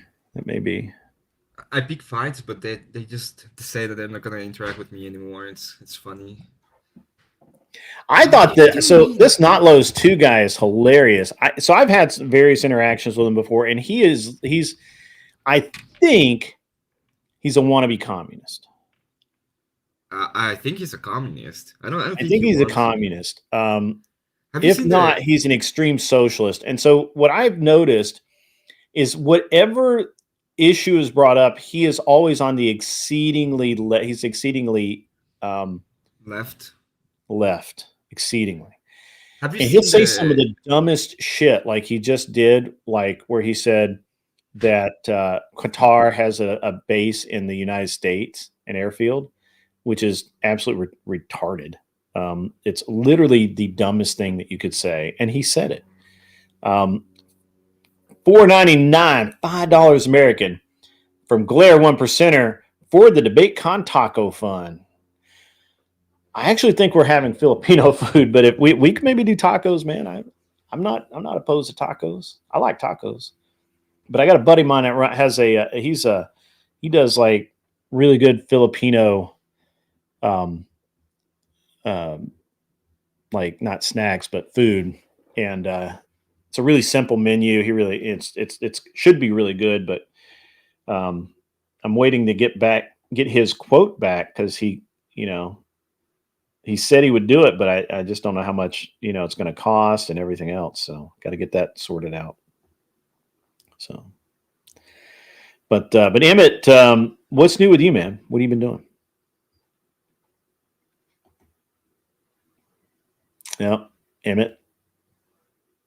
I've been doing the Force Karaoke thing on Saturdays, and I've been like streaming late sometimes, getting my channel to be monetized. I've been working on your videos. Yeah, the clips are doing pretty good. And I've been just figure out what is next. I probably I have cleaner on tomorrow to talk about dating again. Oh, okay. We were kind of interrupted last time. We're just gonna go ahead and read from there. And then I'm gonna have a pseudo invasion. We had a panel yesterday. I don't know if you know Cecil, but Cecil came in and he made a character, and it was hilarious. They laughed like for 2 hours just out of the character he was making. He bring out the crystals and everything. So we're gonna go ahead and go with that for Thursday. Well, no, it's Wednesday. So Wednesday, and then Grumple has karaoke night on Thursday. So I've been just very into the right-wingish panel verse side of things, even though I don't go into some of the mainstream kind of panel verse. I had a debate with Indian Jesus that went pretty well, I think. Yeah. The debate was pretty much me trying to figure out his moral position, which is non-existent, and then moving towards my position, which he tried to undermine with false equivalences for like 2 hours. And then it was a bunch of libertarians trying to dogpile on the, oh, you're an authoritarian Christian. Which is, That's kind of hilarious because one of them is like, "I'm a Christian." I just go on and ask him, "Well, if you're a Christian, like, what is it? I What's the really, Nicene Creed?" I really like Indian Jesus. He's just a little like. Sometimes I think he can debate decently well, but he just gets lost in the sauce a lot. So Well, there's a problem, especially when it comes to Indian Jesus and Confluence. So Indian Jesus and Confluence are the same debate. It's the same debater. yeah, So if you have this is something that I can give a little bit of advice. Maybe you can take it or not. But when you're thinking about a panel, one of the things that you have to think of is the people have to have a contrast. You have to have people that contrast with each other in a sense. Mhm. So if you have someone very young, very very squirrelish like, and you put them with a person that's kind of older that has this somber demeanor, they have a very high contrast, and you can have like a very good, even if it's not a good conversation, people will be drawn to Yeah. it because of how the contrast works in the space. So if you're like thinking of a panel, you can think of those kind of things. Like, how can I contrast these people? What kind of worldviews they have? Yeah. How do they look like? So I can make them. I actually thought it balance was a each weird other. debate, but for Indian Jesus and Confluence to debate each other. I thought that was weird. I mean, they wanted to do it, and I was glad to host it, but they were just like all over the place. Well, And they have very similar ideas. yeah. I he gets Confluence gets mad at me because he comes. We have had a lot of conversations. He gets mad at me because I call him a lefty, but every single time I press him in some like issue, I always find him in kind of the lefty side. You just don't like the leftists that are right now in power. It's like, well, you're not actually any different. You just don't like them because they suck. But the ideas that you have are the same. Yeah. Yeah, he's they're both cool people though. I would Did you like see the to, Rachel debate? I should probably look for some kind of debate for Wednesday night. That's what I probably need to do. I don't know who though. Did you see the Rachel debate? Did I see it? No, I haven't had time to see it. I've been busy. You have that's a must watch. That's a good debate. Yeah. Yeah. Okay. This person is a lunatic, and Rachel dismantled her in a I heard that it was an actual great lunatic. way. Yeah, she's a lunatic. She's like, yeah, we want to depopulate the Earth. That would reduce suffering. We have to depopulate them. It's like, okay, well, there was a point where they're trying to figure out like some kind of moral grounding, and she's like, well, I understand what you're saying, but at least I'm not producing more humans to suffer. It's just crazy. It was crazy. Yeah. Yeah, I haven't watched that one. I have a feeling that I'm going to find it really tedious and like I don't know. I don't know. I think it was really good, and I think Rachel made it really entertaining. Did you catch Project Veopod Night the other night? I did. I cover a little bit of it on my podcast. Oh, really? On my podcast, yes. Yeah. What did you think? I have a problem with victim mentality, and it's always been my problem. It's you cannot have. I do think there's a problem when it comes to financing, especially in politics in the U.S. We should not be taking foreign money and giving foreign aid out of the foreign money that we're taking for the politicians. I think that is. Yeah, I can respect that position. I'm in that same boat. I don't think that we should be beholden to other nations. Yeah, I don't think there should be any money given to any nation. I think that if they, I was talking about it the other day. It's like, well, we can have military alliances, and if somebody attacks our military allies, we can just go ahead and bomb the crap out of people that attack them, and I don't have any problem with that. I have problem with giving them money. I don't know why we should give any money. Well, we never did before, right? I mean, that's a Roosevelt thing. Roosevelt did that. Yeah. So it doesn't make any sense to me. And I got to quit saying Roosevelt because everybody thinks I mean Teddy, but it was FDR.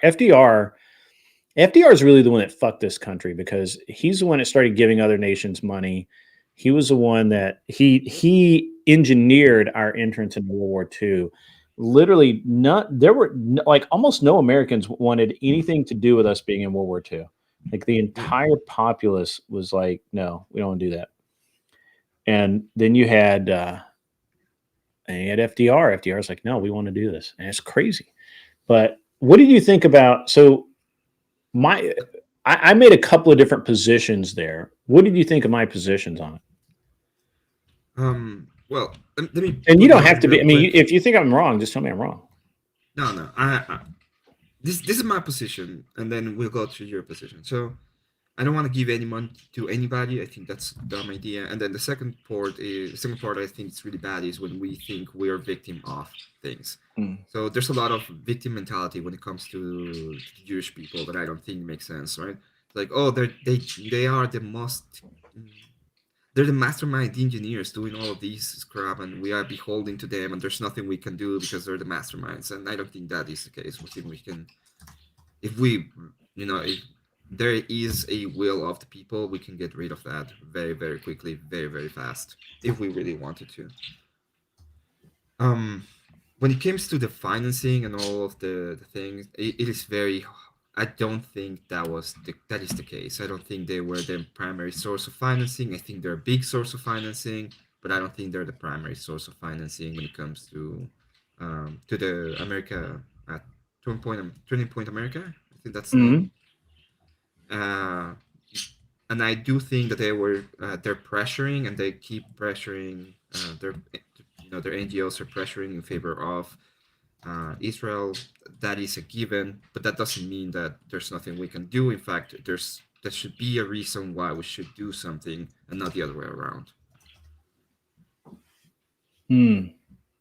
What did you think about my position on the conspiracy theories involving the Israelis?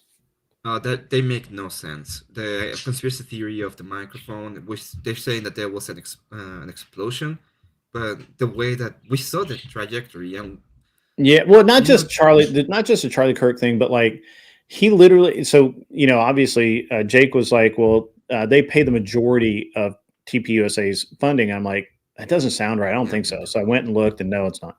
And then then you have he made a lot of really, like, he was talking about how they preach from the Talmud, which I don't think that's true. And then I do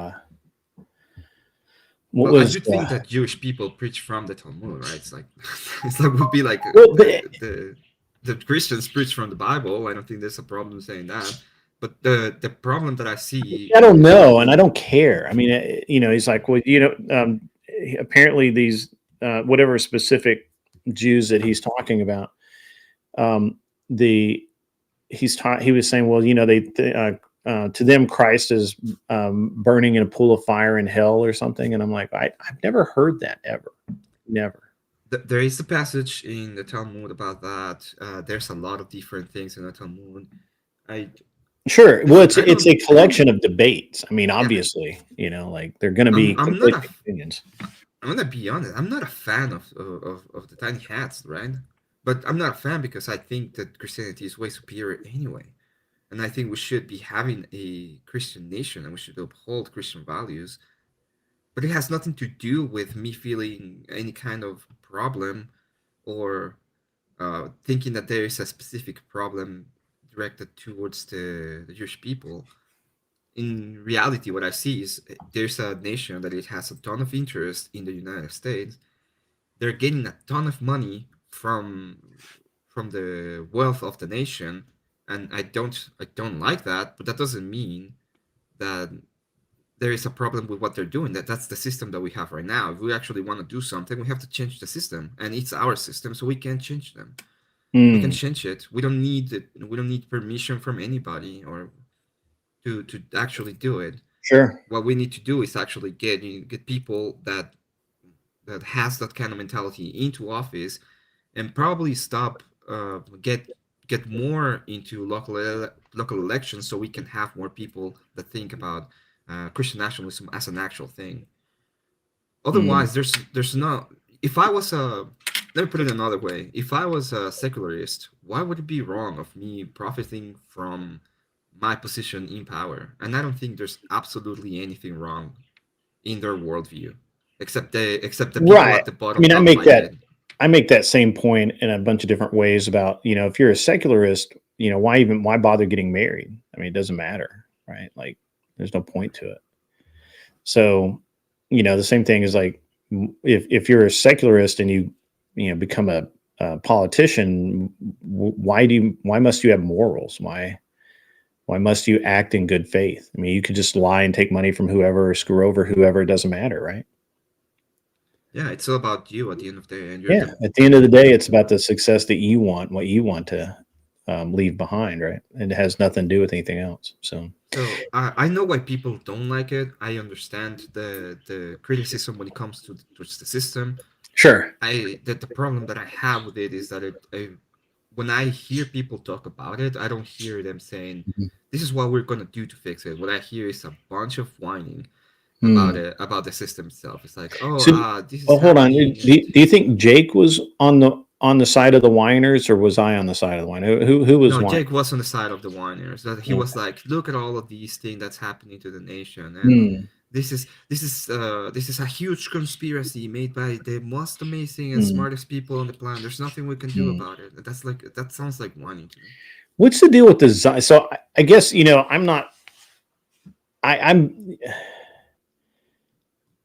I just don't pay attention to other religions. It's just not something I care about. So the Zionist movement, or the thing that people are talking about, these Zionist Christians, is like, I'm not really sure what you mean, right? Like, I'm not sure. Where are you at on that? Could you repeat that real quick? Sorry. Well, like, you know, one of Jake's big thing was like, it's not all Christians, it's these Zionist Christians. Oh, there is I think it's Pentecostals. I'm pretty sure. I think it's. I could believe. I mean, Pentecostal seems weird to me, so I could go with it. It doesn't matter. You don't have to mention a specific one. I don't really care. So. There is this sect of Christianity that misunderstood some of the scriptures, and what they say is that the Jewish people have this first covenant that is still in place, and they are still like the chosen people from God, kind of thing. And they're not understanding that the whole book, when it comes to Christianity, they're saying that the new covenant is not the destruction of the old covenant, but it's the fulfillment of, and then the church becomes Israel. So the people of God are the people of the church. That's the Orthodox way of looking at it. And there's no such thing as the Jewish people, in the sense of there's people that believe in the old traditions when it came to the Jewish state, but the state is gone, and all that remains from the state and from the whole covenant is the church. So there's this idea of we're gonna support Israel because they are they're supposed to be the old people from the old covenant, but it makes theologically speaking, it makes no sense. So and look, I'm just, you know, again, I'm one of the reasons I do not debate religion very often, if at all, is because I don't feel like I'm qualified, right? Like I understand, I've read the Bible, I read the Bible, go to church, but I don't get into a lot. I don't dive like super deep into the minutia and some of the legends and you know, some of the offshoots, right? Like I just don't get into it. I just don't care. So when people talk to me about, sorry, I try to stay away from them as well. There's a specific way of doing it in the church. You gotta have oversight if you're gonna be like preaching or doing any kind of theological debates for real. Yeah, and I don't have any interest in that, right? And this so is just my opinion, kind of thing. I'm not talking for the church. No, I got you. So this is where I get into this problem that I have is like, I can understand that may be people out there, I don't know how many, but maybe a few, that believe in some, the Israelis are God's chosen people, and until they sit in or rule in Jerusalem again, the world will be flawed. Whatever it is that they believe, I don't know. I just, for me, I mean, I'm like, I have to go by the new covenant, right? Like, there's a reason that Christ walked, and there's a reason that we have the New Testament, and why we operate out of the New Testament and not the Old. The Old is to be looked at as stories and parables that guide us, and then of course the New Testament is the New Testament. And so because I know that you seem like you're a fairly religiously based person. When someone talks to you about this, that the Jews are evil, the Jews are trying to do this or that, or that they're Christian, the Zionism Christian, believe that the Jews are God's chosen people. I mean, how does that check out if you are like I am a Baptist, or you are an Orthodox or a Catholic? Or how does that check out? Where does that go? How do you make that make sense? Well, I see. In the theological idea, we believe. When it comes to the idea of the heart of man, we believe that the heart of man is kind of evil in a sense. You have to submit yourself to Christ in order to go towards the goodness and towards the good, pretty much, right? You're moving towards Christ, or you're moving towards the good. So I don't see, when I see the people that don't believe in, I don't see them, I don't try to see them specifically as evil, but I don't perceive them. I perceive them same way. In the Same thing. Of evil, right? If I see somebody that I think is shady at night, I'm not gonna be like, hey man, how you doing today? I'm gonna be like, hey, this person is kind of shady. So that's kind of the way I would look at people that have weird beliefs. I think they're shady, and this is, every time I've encountered these kind of people, like Steelman, for example. I'm getting to a point when I realize that they are shady people, and they will. And you just torture Steelman. You can't help it, I guess. I don't know. You just torture Steelman. I set up a debate with him and EOD. I heard. Put up the date. I put everything up. I confirmed that he was gonna show up. I end up another talk with Cleaner that I had that was going really well.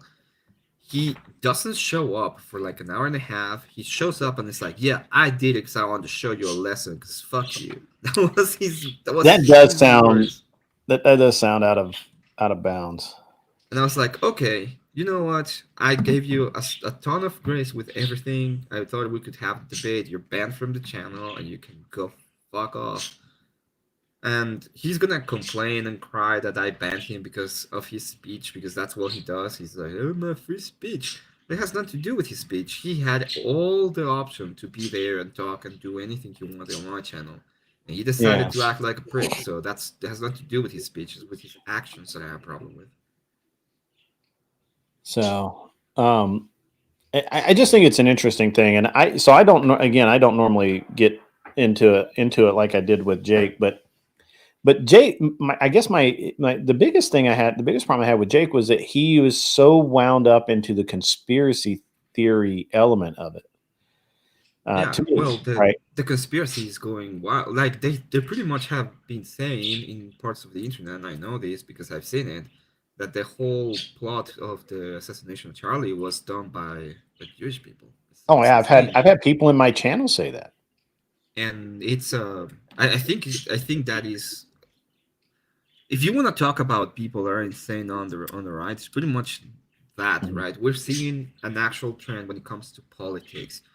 We see how the weaponization of actual words have gone to the point in which I would consider calling someone a fascist a whistle, a dog whistle, in order to get Mhm.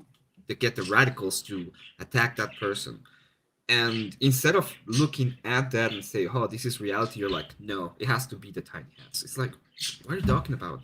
We have actual problems that we need to fix when it comes to political dialect in the country, and instead of focusing on that, you're going into full conspiracy mode. I don't know. It's not. That is a. I think that's a problem on the right. I think there's some kind of conspiracy and victim mentality that goes into Mm. that part. Like, oh, we can't do anything. We are the weebs, and the reality is we're not. We can do a bunch of things. Mm.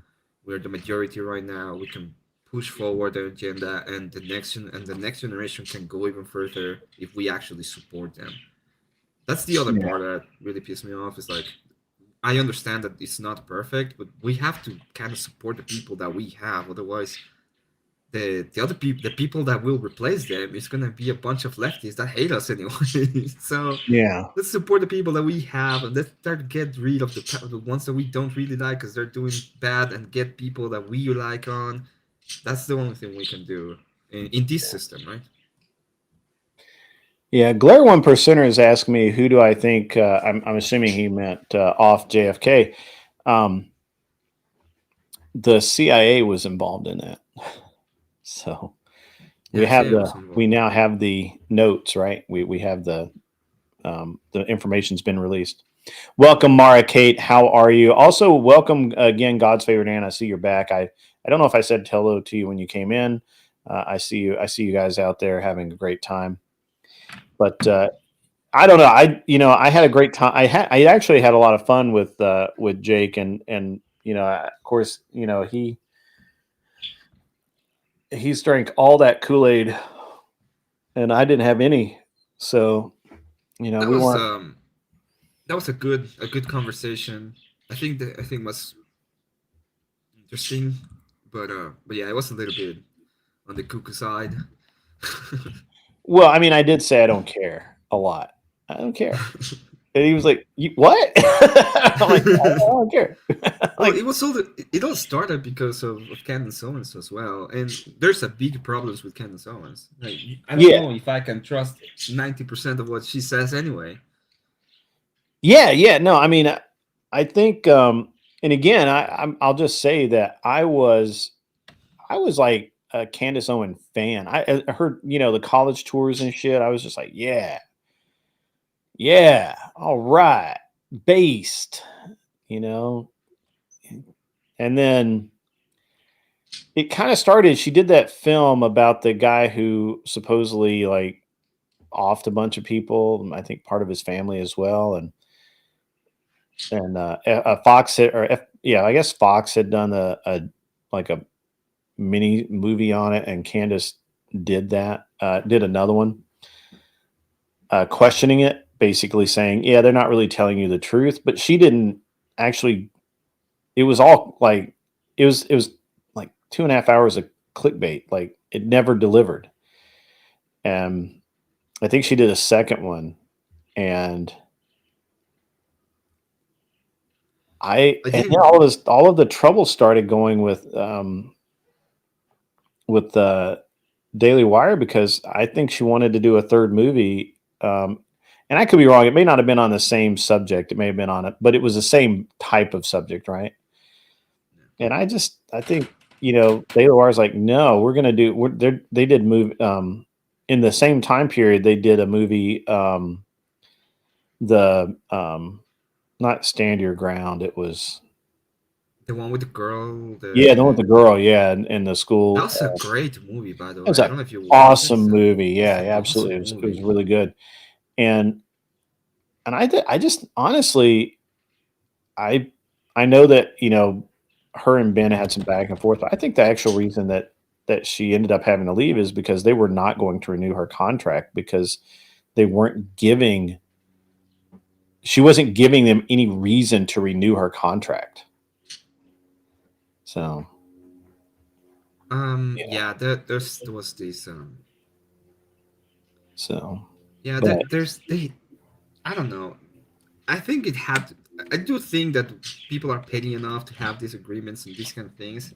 and then they didn't want to renew the contract anyway. Sure.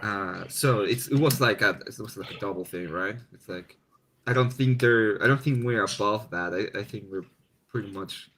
It's the same thing in every industry. You're gonna have people that you're gonna have a problem with, and you don't want to work with them, and I think that's fine. Sure, absolutely. Yeah, but I mean, I think that it just, kind of happened all at the same time. If just one thing had happened, it'd probably been okay. But like if the movie had done like super well, and then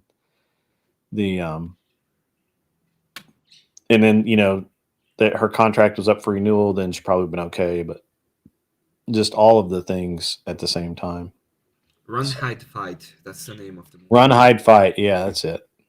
Yeah, it's an awesome movie. It's very well done too, and it's I don't know. It's a great movie. I watched that one when it came out, and I remember. Yeah, it was good. And I don't know. I just think that I really don't know. Ian Carroll. I've heard that name before. Receipts of what exactly?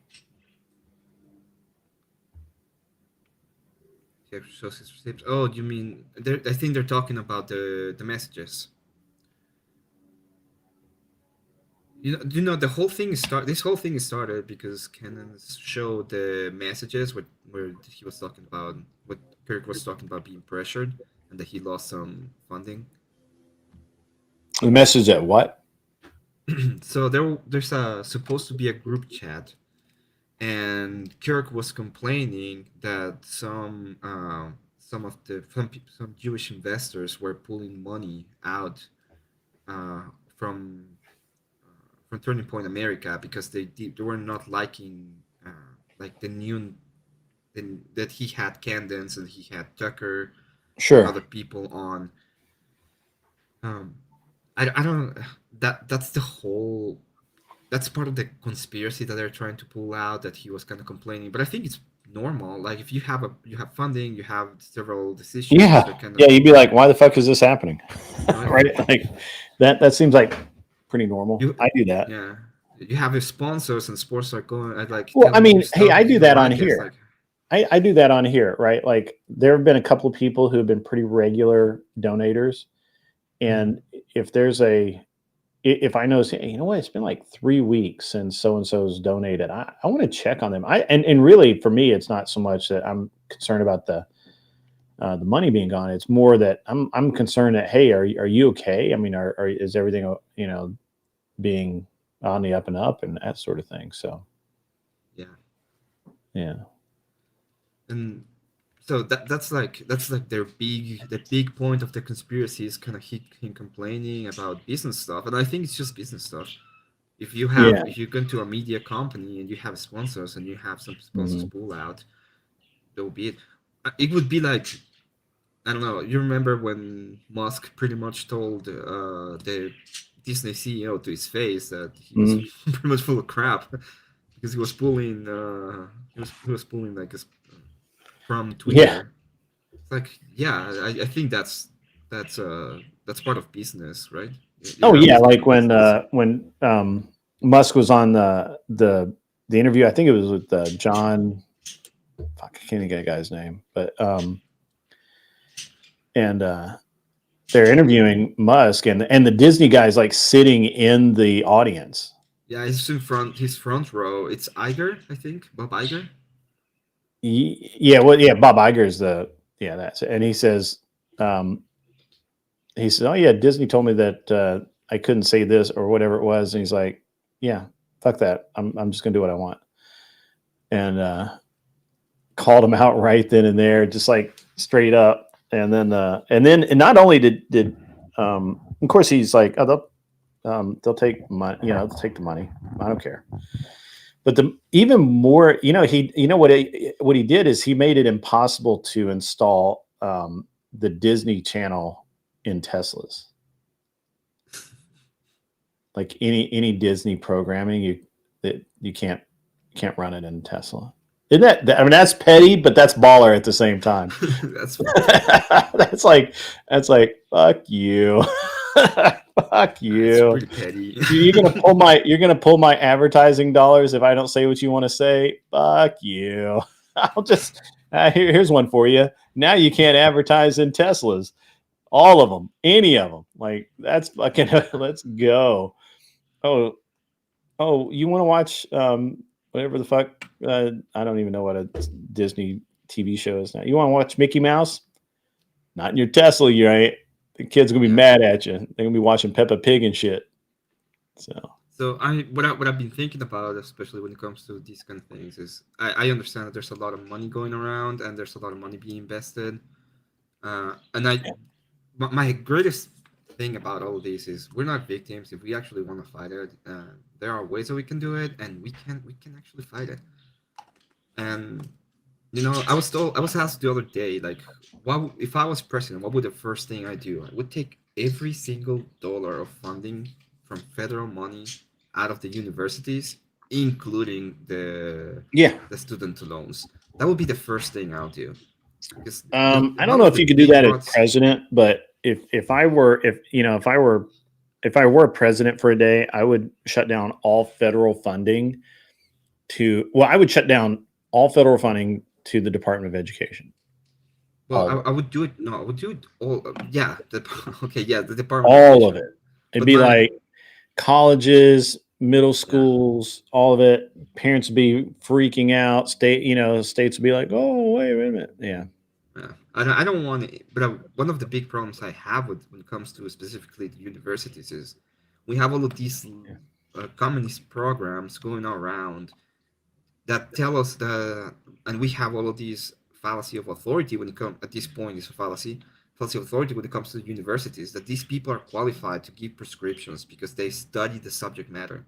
We're getting a bunch of people that are not qualified to give any kind of prescription, telling us what we're supposed to be doing. So this is the problem I had with the Department of Education, where they say we should reform it, right? We should just use the Department of Education to our needs. It's like, who's going to run it? All of the people that would run it are commies, and they are the only ones. I don't know if you caught my show. I don't know if you caught the first part of the show, but I mean, that's really why the Democrats are so pissed off. They're incapable of running anything, and we just keep saying, no, don't do it. And, that's the politicians are just bad. So just all bad. So, well, that's cool, man. I thought I went a little too far with Jake the other night, but it ended well. So that was good. Well, I have these discussions about the Jaceberg for a long time with a lot of my friends, and I always come to the same conclusion, right? I do think that it's a problem, and I do think that there's that there shouldn't be like money from the coffers going away to another country, but the solution is in our hands, and we can actually have a solution for it if we want to have the solution. And we cannot be like, oh, this is happening to us as we're victims of it. No, we have to take care of it. That's what we have to do. And that's like the big point of all of this. I don't like the victim mentality when it comes to this kind of stuff. I really don't think that's the way to go. We're better than that. What we should do Apathy works better. To say, hey, this is what we're going to do, and if you don't do these, we're going to take you out and going to put another person that's going to do it. If that person doesn't do it, we're going to take them out and we're going to put another person that's going to do it. And this time, if they don't do it, then I am going to do it because I'm going to be the one who's going to be there doing it. So let's just shift gears, Matt. So you were, I believe you were in the chat when we were talking about Nala the other day. About Nala? No, I wasn't in the chat. Oh, you weren't? When we were talking about how I said that, it's really annoying that people do not just, that for whatever reason, people do not allow people to change. They, and I was actually, we started talking out about people who, go to jail and they come out and they're changed people. And then, people, but our current society does not allow them, the idea of, do the crime, serve the time. And, you've paid your debt to society, because it's always hanging over you. And then we got into how women, that go through a hoe phase, I guess is the best way to put it. That they can change, and then they're and may just come out the other side.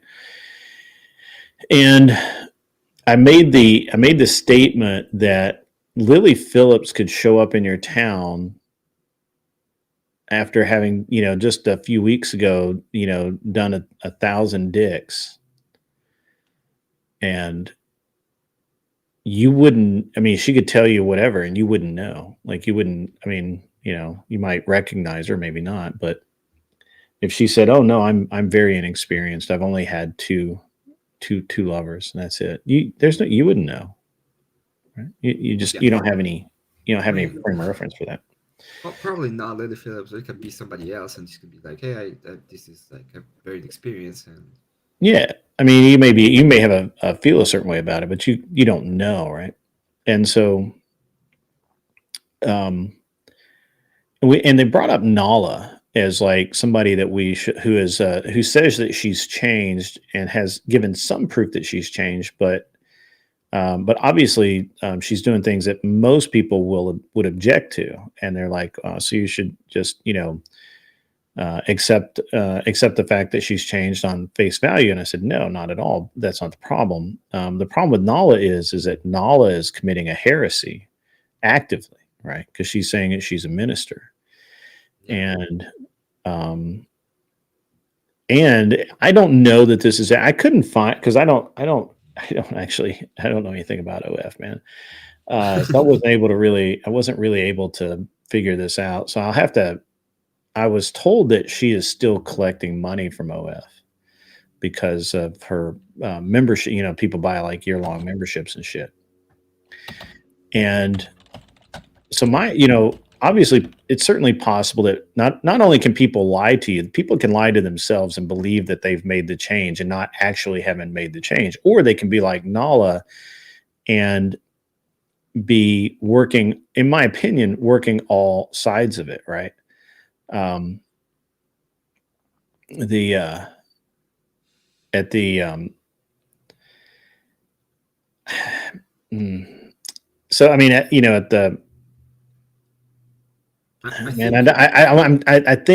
I don't think I'm going to be too hard here, but it may, I don't know, it may upset some. Anyway, so I can't accept Nala. I can't accept what Nala is doing right now for a couple of reasons. First, sure, I can certainly understand that she is not using her given name. She's using a stage name. She's using the same stage name that she used when she was doing OF, obviously for name recognition, obviously to sell whatever it is that she's selling, and to stay in the public eye, right? And this is actually the reason why. This is more the reason I have a problem with Nala than even if she was still receiving money from OnlyFans, right? Like, I get it, it's a business model, and she had, she shut it down, and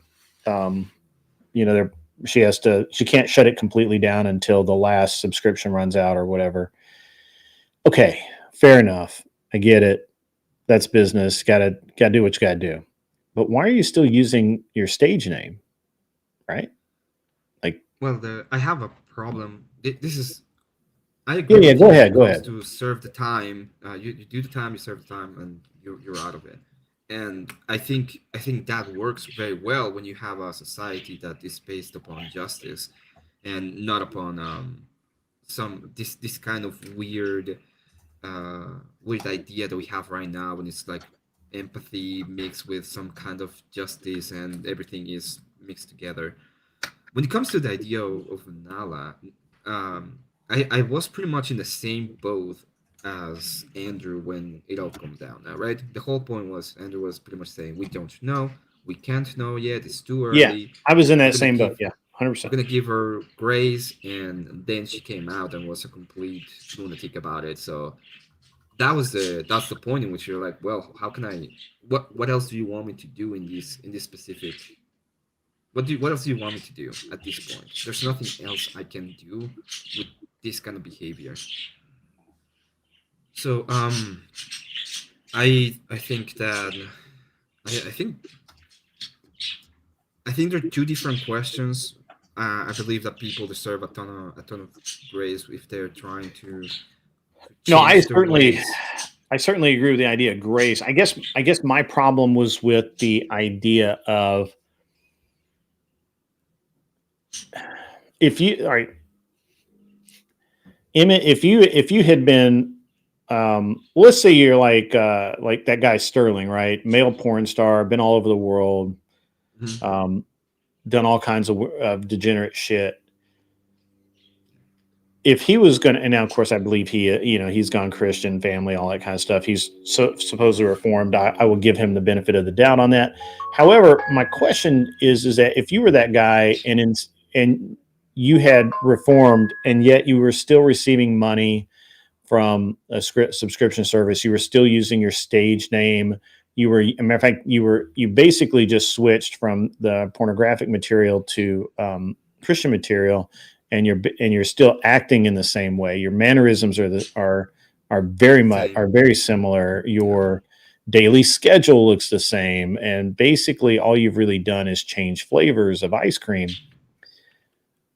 At that point, I can't do I have any real duty to believe you? Because I think I'd be like, no, I don't think you changed, right? Well, no, you don't have any duty to believe people, and this is when you do have, like, you can give grace to people. Doesn't mean that giving grace is the only thing you have to do, right? Yeah. There's a lot of I think there's a lot of shame involved in sin. If you're actually repenting of your sin, you won't be doing the thing you were doing before, because that would be shameful towards your soul. Sure. If you, yeah, it's like, so if you see a person and it's like, oh, I repented, and they're still doing the same thing, just a different flavor, as you said, why would you believe that person? It makes absolutely no sense, and there's no duty for a Christian to believe that. Right. In fact, you're called to be wise in those kind of situations and be like, no, you get out of my church, pretty much. It's pretty much what they're saying. And I think that I am Charlie Kirk. I think he's right. She went from grifting gooners to grifting Christians, and then says if all you did is change who you're grifting to, then you're still a grifter. Yeah, but it's worse than that, because she's, what she was doing was like super degenerate, and to come out and say you've changed that, but but you really haven't. It's still it's not the same acts, but it's the same behavior, if you get what I mean. So no, I wouldn't say that I have, that I'm wrong in saying, okay, I gave her the chance. I believed that she was making the change. As a matter of fact, I do believe that she has made a change. I just don't believe that her change is as extensive as she would have you believe. Yeah, I can agree with that. But it doesn't, like, my whole point of this is you don't have that kind of calling when it comes to Christianity. I think you have a calling towards good, and if you see, you don't compromise with evil at this time, right? You're not called to be nice. You're actually not called to be nice at all. You're called to be the opposite of nice. You're called to be telling the people are doing bad things, hey, stop doing it, kind of. And if you're this is another thing that I really dislike about certain Christian ideas, is there are, in Christianity, we've been in power and we've been called to stop it by force if necessary. Because that's how we're supposed to be doing. Like, we're not to shy away from the duties that we have. We have to embrace the duties that we have. Yeah, I agree with that. I want also, Darth Grumpy Dad, you are correct. She is still trying to be a sex symbol. You don't actually see her husband. When she does these interviews, it's her, the ones that I've seen, her dressed up, looking pretty good. The husband nowhere to be seen. He's been around some of them, but you know what I think? I might be wrong. This is pure speculation. Yeah, go ahead. But I think the guy is like, hey, we can grift this. No, I'm gonna make a small business model about this. We can just grift it all. I think he's kind of kind of the mastermind behind it. Yeah, it could be. Yeah, for sure. Yeah, that's. I mean, obviously the fruits of the spirit fruits of conviction. Obviously, still, obviously, I don't think she's showing anything. And the whole thing came out of that. I don't think that you should just. Let me put it this way. Another way we Okay, can go see ahead. it. Yeah, because They got I was gonna say. married about a year and a half ago, maybe Yeah, a little bit more. Where are the kids? yeah, it's true. Well, I mean, in truth, she may not be able to have any. So we don't know. Well, I mean, I don't think there's any reason to believe that. I think people people do all kind of generous stuff and they still have kids. Where are the kids in Yeah, this that's marriage? true. Yeah, I don't know, man. That's a great question. Where are the kids? Where are the kids? So we got in this whole line of questioning the other night because, the basically me saying that, um, that I think that a lot of men, especially in a red pill space, put such a high value, a high emphasis on the body count when it's something you have no idea. You can easily be lied to about it. That behaviors are more important than the number in the first place. And I don't know, it was just an interesting conversation, and we ended up on Null, and I thought it went a long time. Yeah. It is an interesting conversation, I think, and you can have it in different ways as well. You can Sure. have the Yeah, 100%. conversation in different ways. There's obviously the problem of that. I do believe that if you actually wanna, and this is something that we don't tell kids most of the time, but I do believe that if you really want to be sure, one of the things you can do when you're young is actually get to know somebody that you think is from your community and find that person and don't let that go and build something together. That's been, like, in my experience, the best solution to all of this mess. But it's hard to sell that to kids as well. It is. Yeah, they could at least try to lie, but us men don't even get that anymore. That was actually my point, is that in the old days, even if a girl had kind of a past, they would just kind of lie about it. But now they don't even bother. They're like proud of that shit, proud to be a degenerate. So it's weird. It's weird to me. Well, I don't think it's weird. I think that's where the culture is led us, right? We went Sure. and this is something that in the 90s in the 90s was like, it's kind of cool. We saw this pretty much degenerate movies for teenagers, and it was, oh, it's really cool. Mm-hmm. But when we see the result of all of that, it's like, well, this is the end result of it, and now we have a mess in our hands, and you know what, we have to find a way to make a solution to it, and I think we will find a way. I don't for think, sure. I'm not black pilled on it. It is a bad situation in some cases, but at the same time, I see a resurgence of values, especially in young men. Young men are like, we don't want all this crap. We we want something that's more meaningful than this. Yeah, for sure. I think I think there's a lot of truth to that. I think that there's like two generations that have gone through it, so to speak, right? They have just been they all the bad things, right? Like they just all of them. Like it was, the degenerate women, just all of it. And it really has it's really hurt everybody, right? Like it's not where we ought to be, I think. So yeah, it's not. There has been this whole shift in the culture. I called once to Glenn, and I said, "This is what we want. We want to go back traditional values. Want to have, like, women should be in the house. There should be. We should have all of these family values." She's like, "Well, do you want to go back to the 1950s?" I was like, "No, I want to change the culture now so that in 20 years we are there."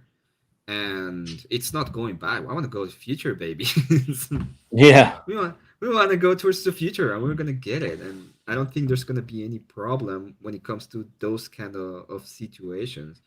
You may think, oh, well, it seems impossible now, but I think it's way more possible now than it was 5 years ago, and it's way more possible now than it was 10 years ago. 10 years ago, you couldn't even, if you said some of the stuff we say, they will be on your throat calling you a bunch of things, and YouTube will be right there trying to demonetize your channel and destroy you and figure out a way. So I do think that there's a way forward, and I think that we are in that pathway. Hmm. Yeah, I mean, that's certainly, I mean, I think you're right. Okay, so it might seem like it's kind of bad, but I even think that there's people on sometimes it's like, well, this is just a men's space, but I think there's women that look at it and it's like, yeah, this is bad, and Oh, I think that actually this hurting Lauren us too. person is a bot. Said the same thing. Just posted the same thing a while ago. Oh, let's see. I've seen Lawrence a couple of times, but maybe It's a different Lauren.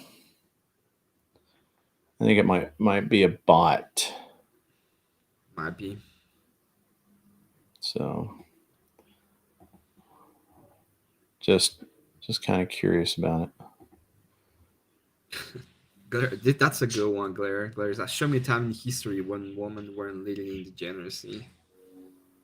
When they weren't leading. That's a time in history. I mean, it's kind of not wrong.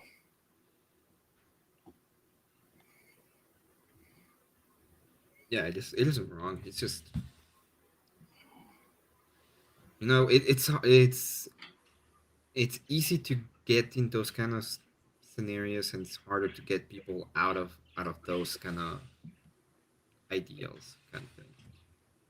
Most of the people will go and kind of accept the reality as it is, and feel they have no power to change it. And when you're trying to explain them how can it change, it gets a little bit harder for them to grasp it. So there's a lot of stoicism in between these kind of things.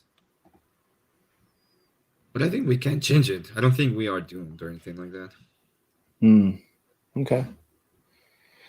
I mean, certainly, I don't. I think that it's entirely possible. I mean, your kid's a good example of it, right? Yeah, I mean, I think most of the kids I've run across lately have been really based. Like even the girls. So There was I saw a story the other day. I don't remember where it was exactly, but there was a walkout in one high school because on a high school. the dude was trying to use the girls' bathroom, and they were like, no, we're done with this, and That's based. staged a walkout, and they were like being threatened to. That's awesome. I'm gonna have to look that up and cover that. Expelled and stuff. I'll try to find it, but I saw just the headline. I have to go pick up my kids.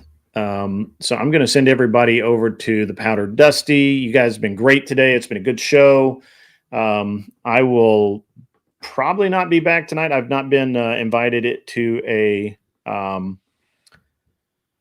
debate tonight or anything like that. I may be, but we'll see. But I probably won't be back tonight. If I am, look for the bat signal. Otherwise, have a great rest of your day. Go enjoy Dusty being Dusty, and you guys have a great day. And we'll see you Wednesday. Thank you for having me on, Green. Yep, absolutely. Thanks, Em.